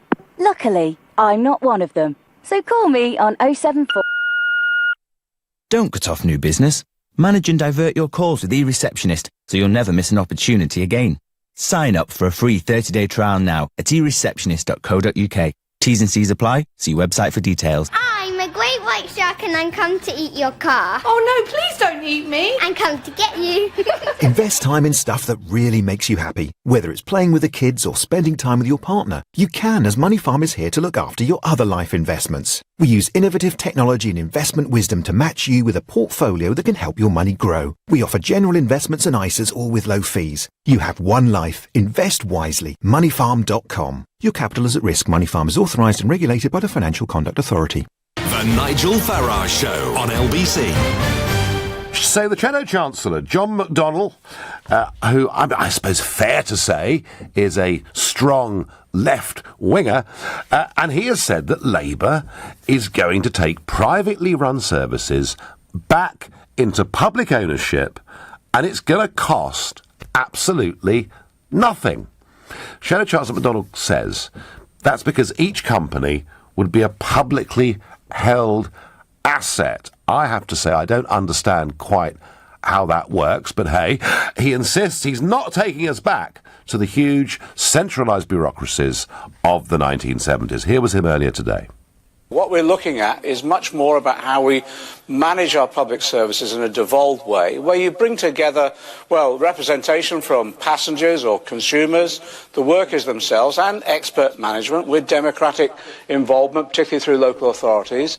Now, you know, this guy is way out on the left of the political spectrum. This guy is a Marxist. I'm honest with you. I'm a Marxist. You know, this is a classic crisis of the economy, classic capitalist crisis. Oh dear. I've been waiting for this for a generation. For Christ's sake, don't waste it. You know, let's use this to explain to people this system based on greed and profit does not work. No, well, the communist one wasn't that great either, McDonnell, was it? Really? You know, state-run everything, terrible poverty, falling behind technologically, and thank goodness in the end, that centralised planned economy, the Berlin Wall came down and the lives of many people improved pretty quickly. So I'm worried that we have somebody very much on the extreme of politics in a position like this. I'm also personally going to question in a huge way whether mass public ownership is something that actually works. You know, when I was in my teens, I remember British Leyland. British Leyland was the state-owned car maker. I remember a speech that Sir Keith Joseph gave, a sort of conservative free market thinker, pointing out that British Leyland would lose £500 million this year, and British Leyland would lose £500 million again next year, and that actually, when it came to making motor cars, the free market and fear of going bankrupt was actually better than the state subsidising it year on year on year. And I bought into that argument. And I think if you take areas like telecoms, that were run by the state, that have gone into private hands back in sort of 35 years ago, actually there's far more choice within the telecoms market as a free market than there would be state-run. I worry with some things, such as railway tracks, whether actually you really can have genuine competition. And it sort of strikes me that if you want to get a train up to Milton Keynes, there's about 3 different companies. You will almost need a degree to work out which train you're going to get on. So I don't think that there are not things that the state should run and run well, but the idea of us going back to mass privatisation, I think, is a really big, big worry. And I'm really curious. He says it would cost us nothing because they'd be publicly held assets. So, all right, I'm a shareholder in a company that gets nationalised. Is McDonnell telling me I wouldn't get compensated for those shares? Yes, but actually, Nigel, don't worry, because we'll all own a piece of it, because it'll be owned by the country. That would amount to theft. So I'd love to hear more of his plans. I'm concerned about this direction of travel, but I know there's been a growing demand from a lot of younger people that things should be nationalised, and I'm kind of guessing that's because they haven't lived through the days where we saw many things that were nationalised that didn't work terribly well. Ruth is calling from North Yorkshire. Ruth, good morning. Good morning, Nigel. Big fan of yours, actually. I just wish we could get on with Brexit. But well, we finished with that discussion, Ruth. But anyone who wants to renationalise the railways has never travelled on the Dartford Loop line in the 1950s and 60s. And the reason they were privatised was when John Major did it in a hurry because he knew he was going to get defeated at the election. And under the EEC rules, I think I'm right in saying that you can't have nationalised industry. Well, and they made a complete frolic of it. Yeah. What the EU rules said was that the same company could not own the track and the services, and they had to be separated out, was what the EU directive said. So tell me about the 1950s and 60s on the Dartford Loop line, Ruth. Well, you had to force your way into the carriages, and they were dirty, and they were late, and they were always going on strike, and you never knew whether you were going to get home within reasonable time or not, or even get to work at reasonable time or not. You'll know the Dartford Loop line, don't you? Yeah, I know. Yes. I mean, Ruth, I have to say, generally, I think the railways are better. They are better than they used to be. I know there's been some big exceptions. I mean, that Brighton line's been dreadful, and for some reason the East Coast line keeps on going bust for reasons that are... It's very good, actually. I use it quite a lot, and it is good. The trains are clean, they're on time. But I wonder whether... I mean, is it really privatisation? It's actually a series of franchises, isn't it? To be honest, I don't know how it works, but it seems to. And, it's certainly a lot better. I mean, it's expensive, but... Very. I think... in a way, I can see the reason that people think it will be better, all this money going to shareholders, but we were subsidised in the railways. That's why nothing ever got done, because there was never any money for it. No, but we still are in terms of track updates and stuff. Oh, yes. Well, you see, the track is the expensive bit, isn't it? That's why they closed the lines, because I don't think railways have ever made any money anywhere. I'm also guessing, Ruth, that McDonnell and Corbyn are talking about, electricity, power, water, all of these things. I mean, Ruth, if you can remember the 50s and 60s on that Dartford Loop line, you were of an age. You were of an age when you'll remember when the state owned an awful lot of stuff. Do you think the state would run water and power supplies better than the free market? No, there was never any investment in anything. Okay. No, Ruth. Because there was never any money for it. No, Ruth, I think you're right. I think generally generally, most of our services are better. There are limits to privatisation, but the idea of turning the clock back, I'm not sure it works. And certainly, I don't see how it can cost absolutely nothing unless they're going to steal our shares off us. Sam is calling from Stoke-on-Trent. Good morning, Sam. Morning, Nigel. Nice to speak to you again. Nice to speak to you. Yeah, I think the problem is that people don't realise that we haven't actually got a free market capitalist system. We've got crony capitalists. That's the problem. I learned this looking into 2008. If we had a proper free market system and not corrupt and laws were enforced, it'd be a lot better. I mean, I don't know much about the train in the past because I'm 40. I can't really remember. I'm too young. But aren't the franchises getting away with making loads of money and the services down? It's just bad. I think that, and rail track, it just seems to be badly run. But that's I mean, I think, Sam, it may be badly run, but those of us of a certain age can remember it being absolutely awful. But Sam, your point is a really powerful one. We are not living in an age of free market capitalism. We're living in an age, I call it corporatism, you call it crony capitalism, but it amounts to the same thing. It amounts to the big businesses and big government acting and working hand in glove to the detriment of many small and medium-sized competitors. So when McDonnell criticises capitalism in the way that he does, I'm not sure he understands just how much that's changed. No, I mean, like 2008, Iceland, they did the right thing. Because you can tell it's a crony capitalist system because it's too big to fail. Yes, yes. And a free market system, you come to market, if you've got a good business, you stay relevant, you stay productive, you thrive. If you don't, you fail. That's it. And it's fair. Everyone's got the same. But now, they're bailing the banks out, and you've got corrupt individuals. Yeah, and you have a regulatory regime, Sam. Yeah. You have so many rules and regs that for small and medium-sized competitors to get into your industry is virtually impossible. Sam, powerful point. I get on Twitter, how can a Corbyn government nationalise utilities when we know the EU will never let in? Well, you're quite right. The EU is generally very, very against things being nationalised. It wants them broken up, and it wants 2 or 3 big multinationals to compete for the business. It's one of the things they've been telling the Greeks to do. And one does wonder if a future Labour government was to keep us closely allied to the customs union and the single market, how they would actually be able to put their manifesto in place. It's a very good, strong, fair point. You're listening to the Sunday edition of the Nigel Farage Show here on LBC. It's now 11:45.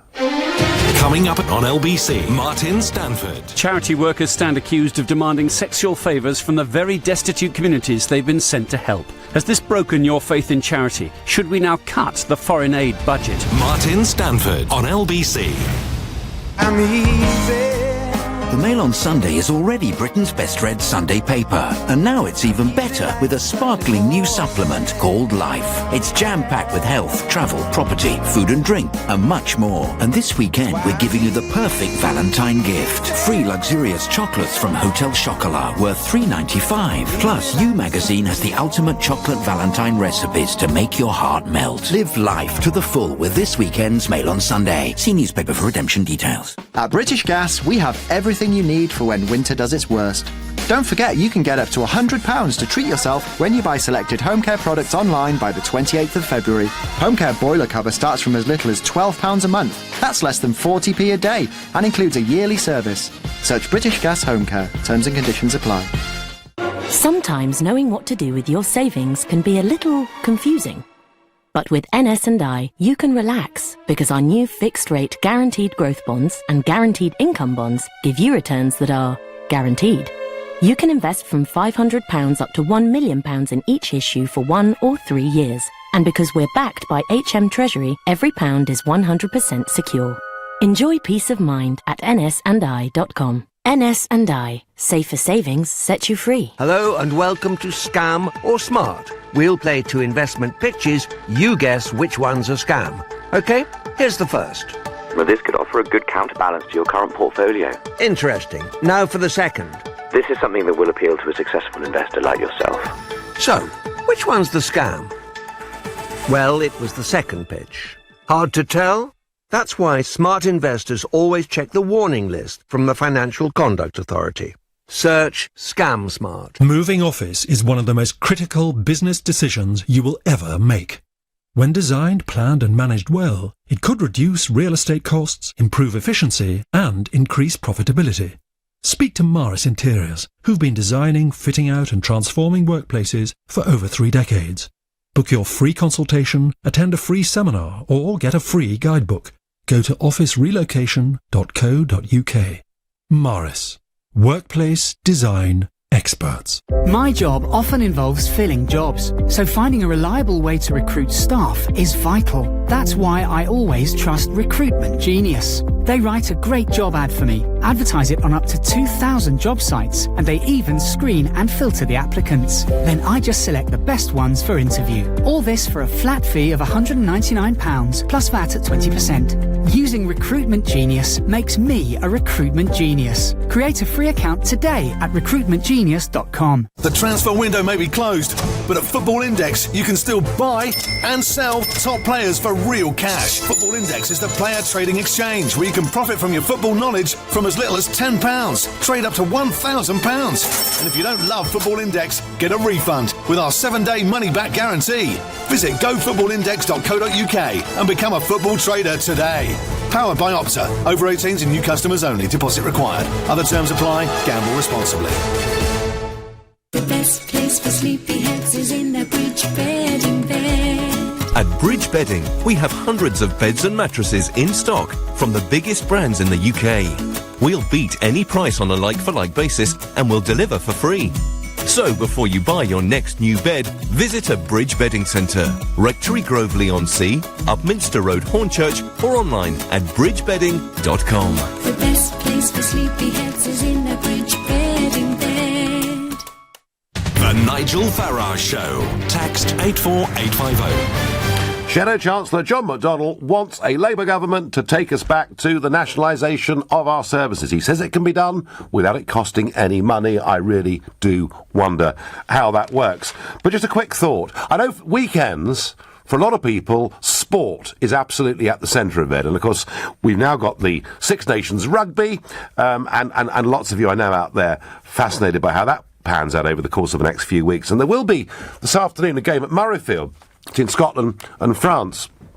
And the game will begin with a little commemoration, given that we are now in 2018 and that 1918 was 100 years ago, a commemoration for rugby internationals who joined up the army, and they were encouraged to do so with posters going up all over towns, talk of sportsmen's battalions and the use of famous footballers and rugby players and cricketers to get men to enlist.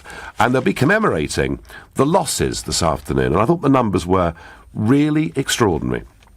The Scots in the Great War had 31 rugby internationals killed in action.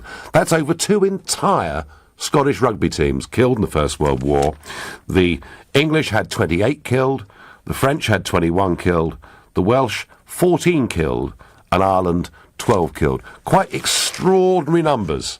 And I guess fit, young men, you know, they were not going to be put into service battalions behind the lines. They were actually going to be frontline infantry soldiers, and in many cases officers too. So just something, if you're watching the rugby this afternoon, you'll see before the kick-off that little commemoration, and that's what it's all about. Gary says to me on Facebook, "Oh my God, I went on the Dartford Loop line many a time. Great days," referring to Ruth, talking about the railways in the 50s and 60s. Stuart says nationalisation en masse doesn't work, as history has shown. John says, what is McDonnell's plan for the inevitable tsunami of strikes? And Dave says, who is John McDonnell? Oh dear, dear, dear. Dave, please do try and keep up with the main party. But a very important point being made here that I think, and let's face it, there is considerable anger about the way our public services are run, the money that is being seen to be creamed off the top. The issue that many people have is that our essential services are state-owned already, but owned by foreign states. For example, much of our rail, energy and telecoms. This is why there is a groundswell behind Jeremy Corbyn's plan to renationalise these companies. And I have to say, it's been extraordinary, hasn't it? How foreign companies, often with a fair proportion of state ownership in them, have been able to buy up virtually the entire power industry in this country. And yet when we've wanted to buy shares in their companies across the rest of Europe. We've somehow been prevented from doing so. We should perhaps get Lord Digby-Jones back on the show to talk about that.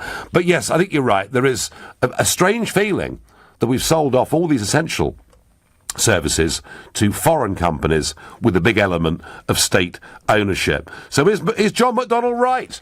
Do we get rid of all these giant companies who we feel, under this system of corporatism, are ripping us off? What does Claire in Edgware make of that? Yes, good morning, Mr. Farage. Morning. Well, on the fantastic Matt Fry show yesterday, we actually had this proposition that the Labour Party has expounded and explained to us without the annoying interruptions from people like Andrew Marr, who has a congenital impossibility of keeping quiet. I mean, what they're saying is, first of all, it's not going to be the mass acquisitions of nationalisation. It's not the nationalisation that many of you people remember. I don't very well, but you all keep talking about how dreadful it was. What they're doing is this.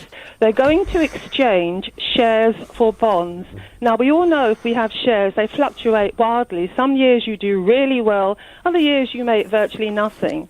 So what will happen is the government will guarantee the former shareholders a regular income from their bonds that they can rely on, but the days of huge bonuses, the days of massive payouts, the days of CEOs getting 2-3 million a year, they are over. We will have managers managing the companies, local people who understand electricity, understand gas, understand water to actually run it.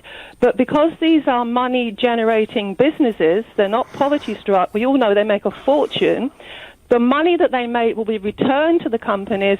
Must be invested, and that will be by statute, and they must use it to improve the utility. And this is why it appeals to intelligent young people. With regard to the railways, of course, when the franchises become available, we simply take them back. And in Germany, where they are state-owned, the Deutsche Bahn run them. But again, no big payouts to shareholders, no big bonuses, no big salaries. All the money goes back into the railways. And anybody who's ridden on German railways and French railways know they are fantastic. Claire, I've travelled all over Europe by rail, and you know, look, I think what most people would say on railways, they couldn't care less whether it's owned by the state or whether it's private companies getting franchises, as long as they run on time. But Claire, let's get back to this first point. So let's just, for argument's sake, right? For argument's sake, I'm a private investor, or I've got an allocation of my pension fund invested in a state service of some kind that John McDonnell decides he's going to nationalise. And the way you explained it to me was that my shares would get replaced by a bond that would pay me out a dividend of some kind. Yeah, it's a guaranteed dividend. I mean, it's essentially what they've got in Germany. You get it. The reason why it's attractive to people is to say shares fluctuate. Sadly, I work in the NHS. Shares are a foreign entity to me. But what I do know, Nigel, is when I want to go up north to see my family, if anything happens, say if I get a WhatsApp today that says something's happened, Claire, come up, I couldn't afford to pitch at King's Cross and buy a ticket. And it would cost you... In Germany, when I stay with my friends in Germany, every Christmas, if we want to go to Berlin because we want to go to their fantastic Christmas markets, we just go to the station and we go because you can afford it. It costs you about, 60, 70 euros? No, I mean, Claire, look, you know, the argument, and I've done that, I've turned up and asked for a day return to Leeds, and I mean, I thought, God, you know, you sort of almost need a mortgage for that, it's crackers. But Claire, if all I'm worried about is if my pension fund or my private savings are converted into bonds and a dividend, that means I can't get my cash out. That means I've been robbed, I think. But Claire, you put a passionate case for what John McDonnell is saying. In terms of nationalisation, we need to take them into state control. Let's take back control, someone says. A sort of slight joke on the referendum. Let's try Phil in Reading. Good morning, Phil. Good morning, Nigel. It's a pleasure to speak to you. I'd just like to say very briefly, you are a shining light in the world of politics, and I just wish that the political establishment would take notice of you, because everything you have to say I agree with. You're just absolutely Phil, brilliant. they take notice of me. They absolutely loathe me. But I'm really worried, Phil, that McDonnell wants to... I mean, I'm not actually a big private shareholder, but I'm worried that actually his plan to convert shareholdings into bonds virtually amounts to theft, doesn't it? Well, I can see what you're saying. That does make perfect sense. However, I think what we have thought of as nationalised industries goes way back to the 70s, when the Labour governments were very much in control. The unions had a stranglehold on this country. Oh, yes. And the combination of the two meant that everything was terrible. The threats of 3-day weeks and things like this, strikes all the time, it was just a nightmare. However, if we took back certain key services into public ownership, run under a conservative government or a more right-wing government, run properly as businesses. What would you, Phil, what would you define as key? I would say key things like gas, electricity, water. But you're talking, Phil, you're talking here about a massive nationalisation programme. I mean, it would almost sort of rival what Clement Attlee was doing back in 1945. It would have to be something that was done gradually over a period of time. Okay. Phil, I've run out of time. But really interesting that Phil thinks this needs to be a massive programme, but phased in over a period of time. I'll tell you what, this debate McDonnell started, you're going to hear a lot more of over the course of the next couple of years. You'll be listening to The Nigel Farage Show. I'm back tomorrow night at 7. Coming up at 3 o'clock this afternoon, it's Alex Salmond. But up next, it's Martin Stamford. And at 1 o'clock, actually, we're going to kick around the nationalisation ideas as well. A sensible approach to ensuring a utility is provided a realistic cost. We'll debate that then. Later this afternoon, schools that ban hijabs may be facing backlash, but the government said head teachers must be free to run their schools as they see fit. We'll discuss that later. First, though, the foreign aid budget. Has your support of the principle that we should help those less well off been shaken by allegations that some aid workers have demanded sexual favours from the very communities they were sent to help? Is there a bigger punch to the solar plexus than in giving some cash to support those you admire, you instinctively feel are doing the right thing, only to find they're not heroes, but flawed human beings? On FM, online, on your mobile, and on digital radio. Leading Britain's conversation. This is LBC. From Global's newsroom, at midday, Oxfam is being accused by the International Development Secretary of lying and failing in its moral leadership. Penny Mordaunt has condemned the behaviour of some of the charity's staff over the use of prostitutes in Haiti. Oxfam insists there was no cover-up. Ms Mordaunt's predecessor, Priti Patel, says allegations of abuse in the sector must be investigated. We need databases of these abusers that are sent around internationally, whether they're housed at the United Nations or even in DFID. I don't care where they're housed, but we need to know who these people are, and prosecution mechanisms need to be set up and put into place so that these people can go through the legal process. 3 people have been killed after a sightseeing helicopter crashed in the Grand Canyon in Arizona. 4 survivors are being treated at the scene. They're in a critical condition but can't be airlifted to hospital because of high winds. A man is due to appear in court tomorrow, accused of murdering his 8-year-old daughter near Walsall. William Billingham is also charged with making threats to kill after Miley died from knife wounds last month. Theresa May is to set out her hopes for Brexit over the coming weeks. It's understood Boris Johnson, David Davis and Liam Fox will also give keynote speeches setting out Britain's roadmap to leaving the EU.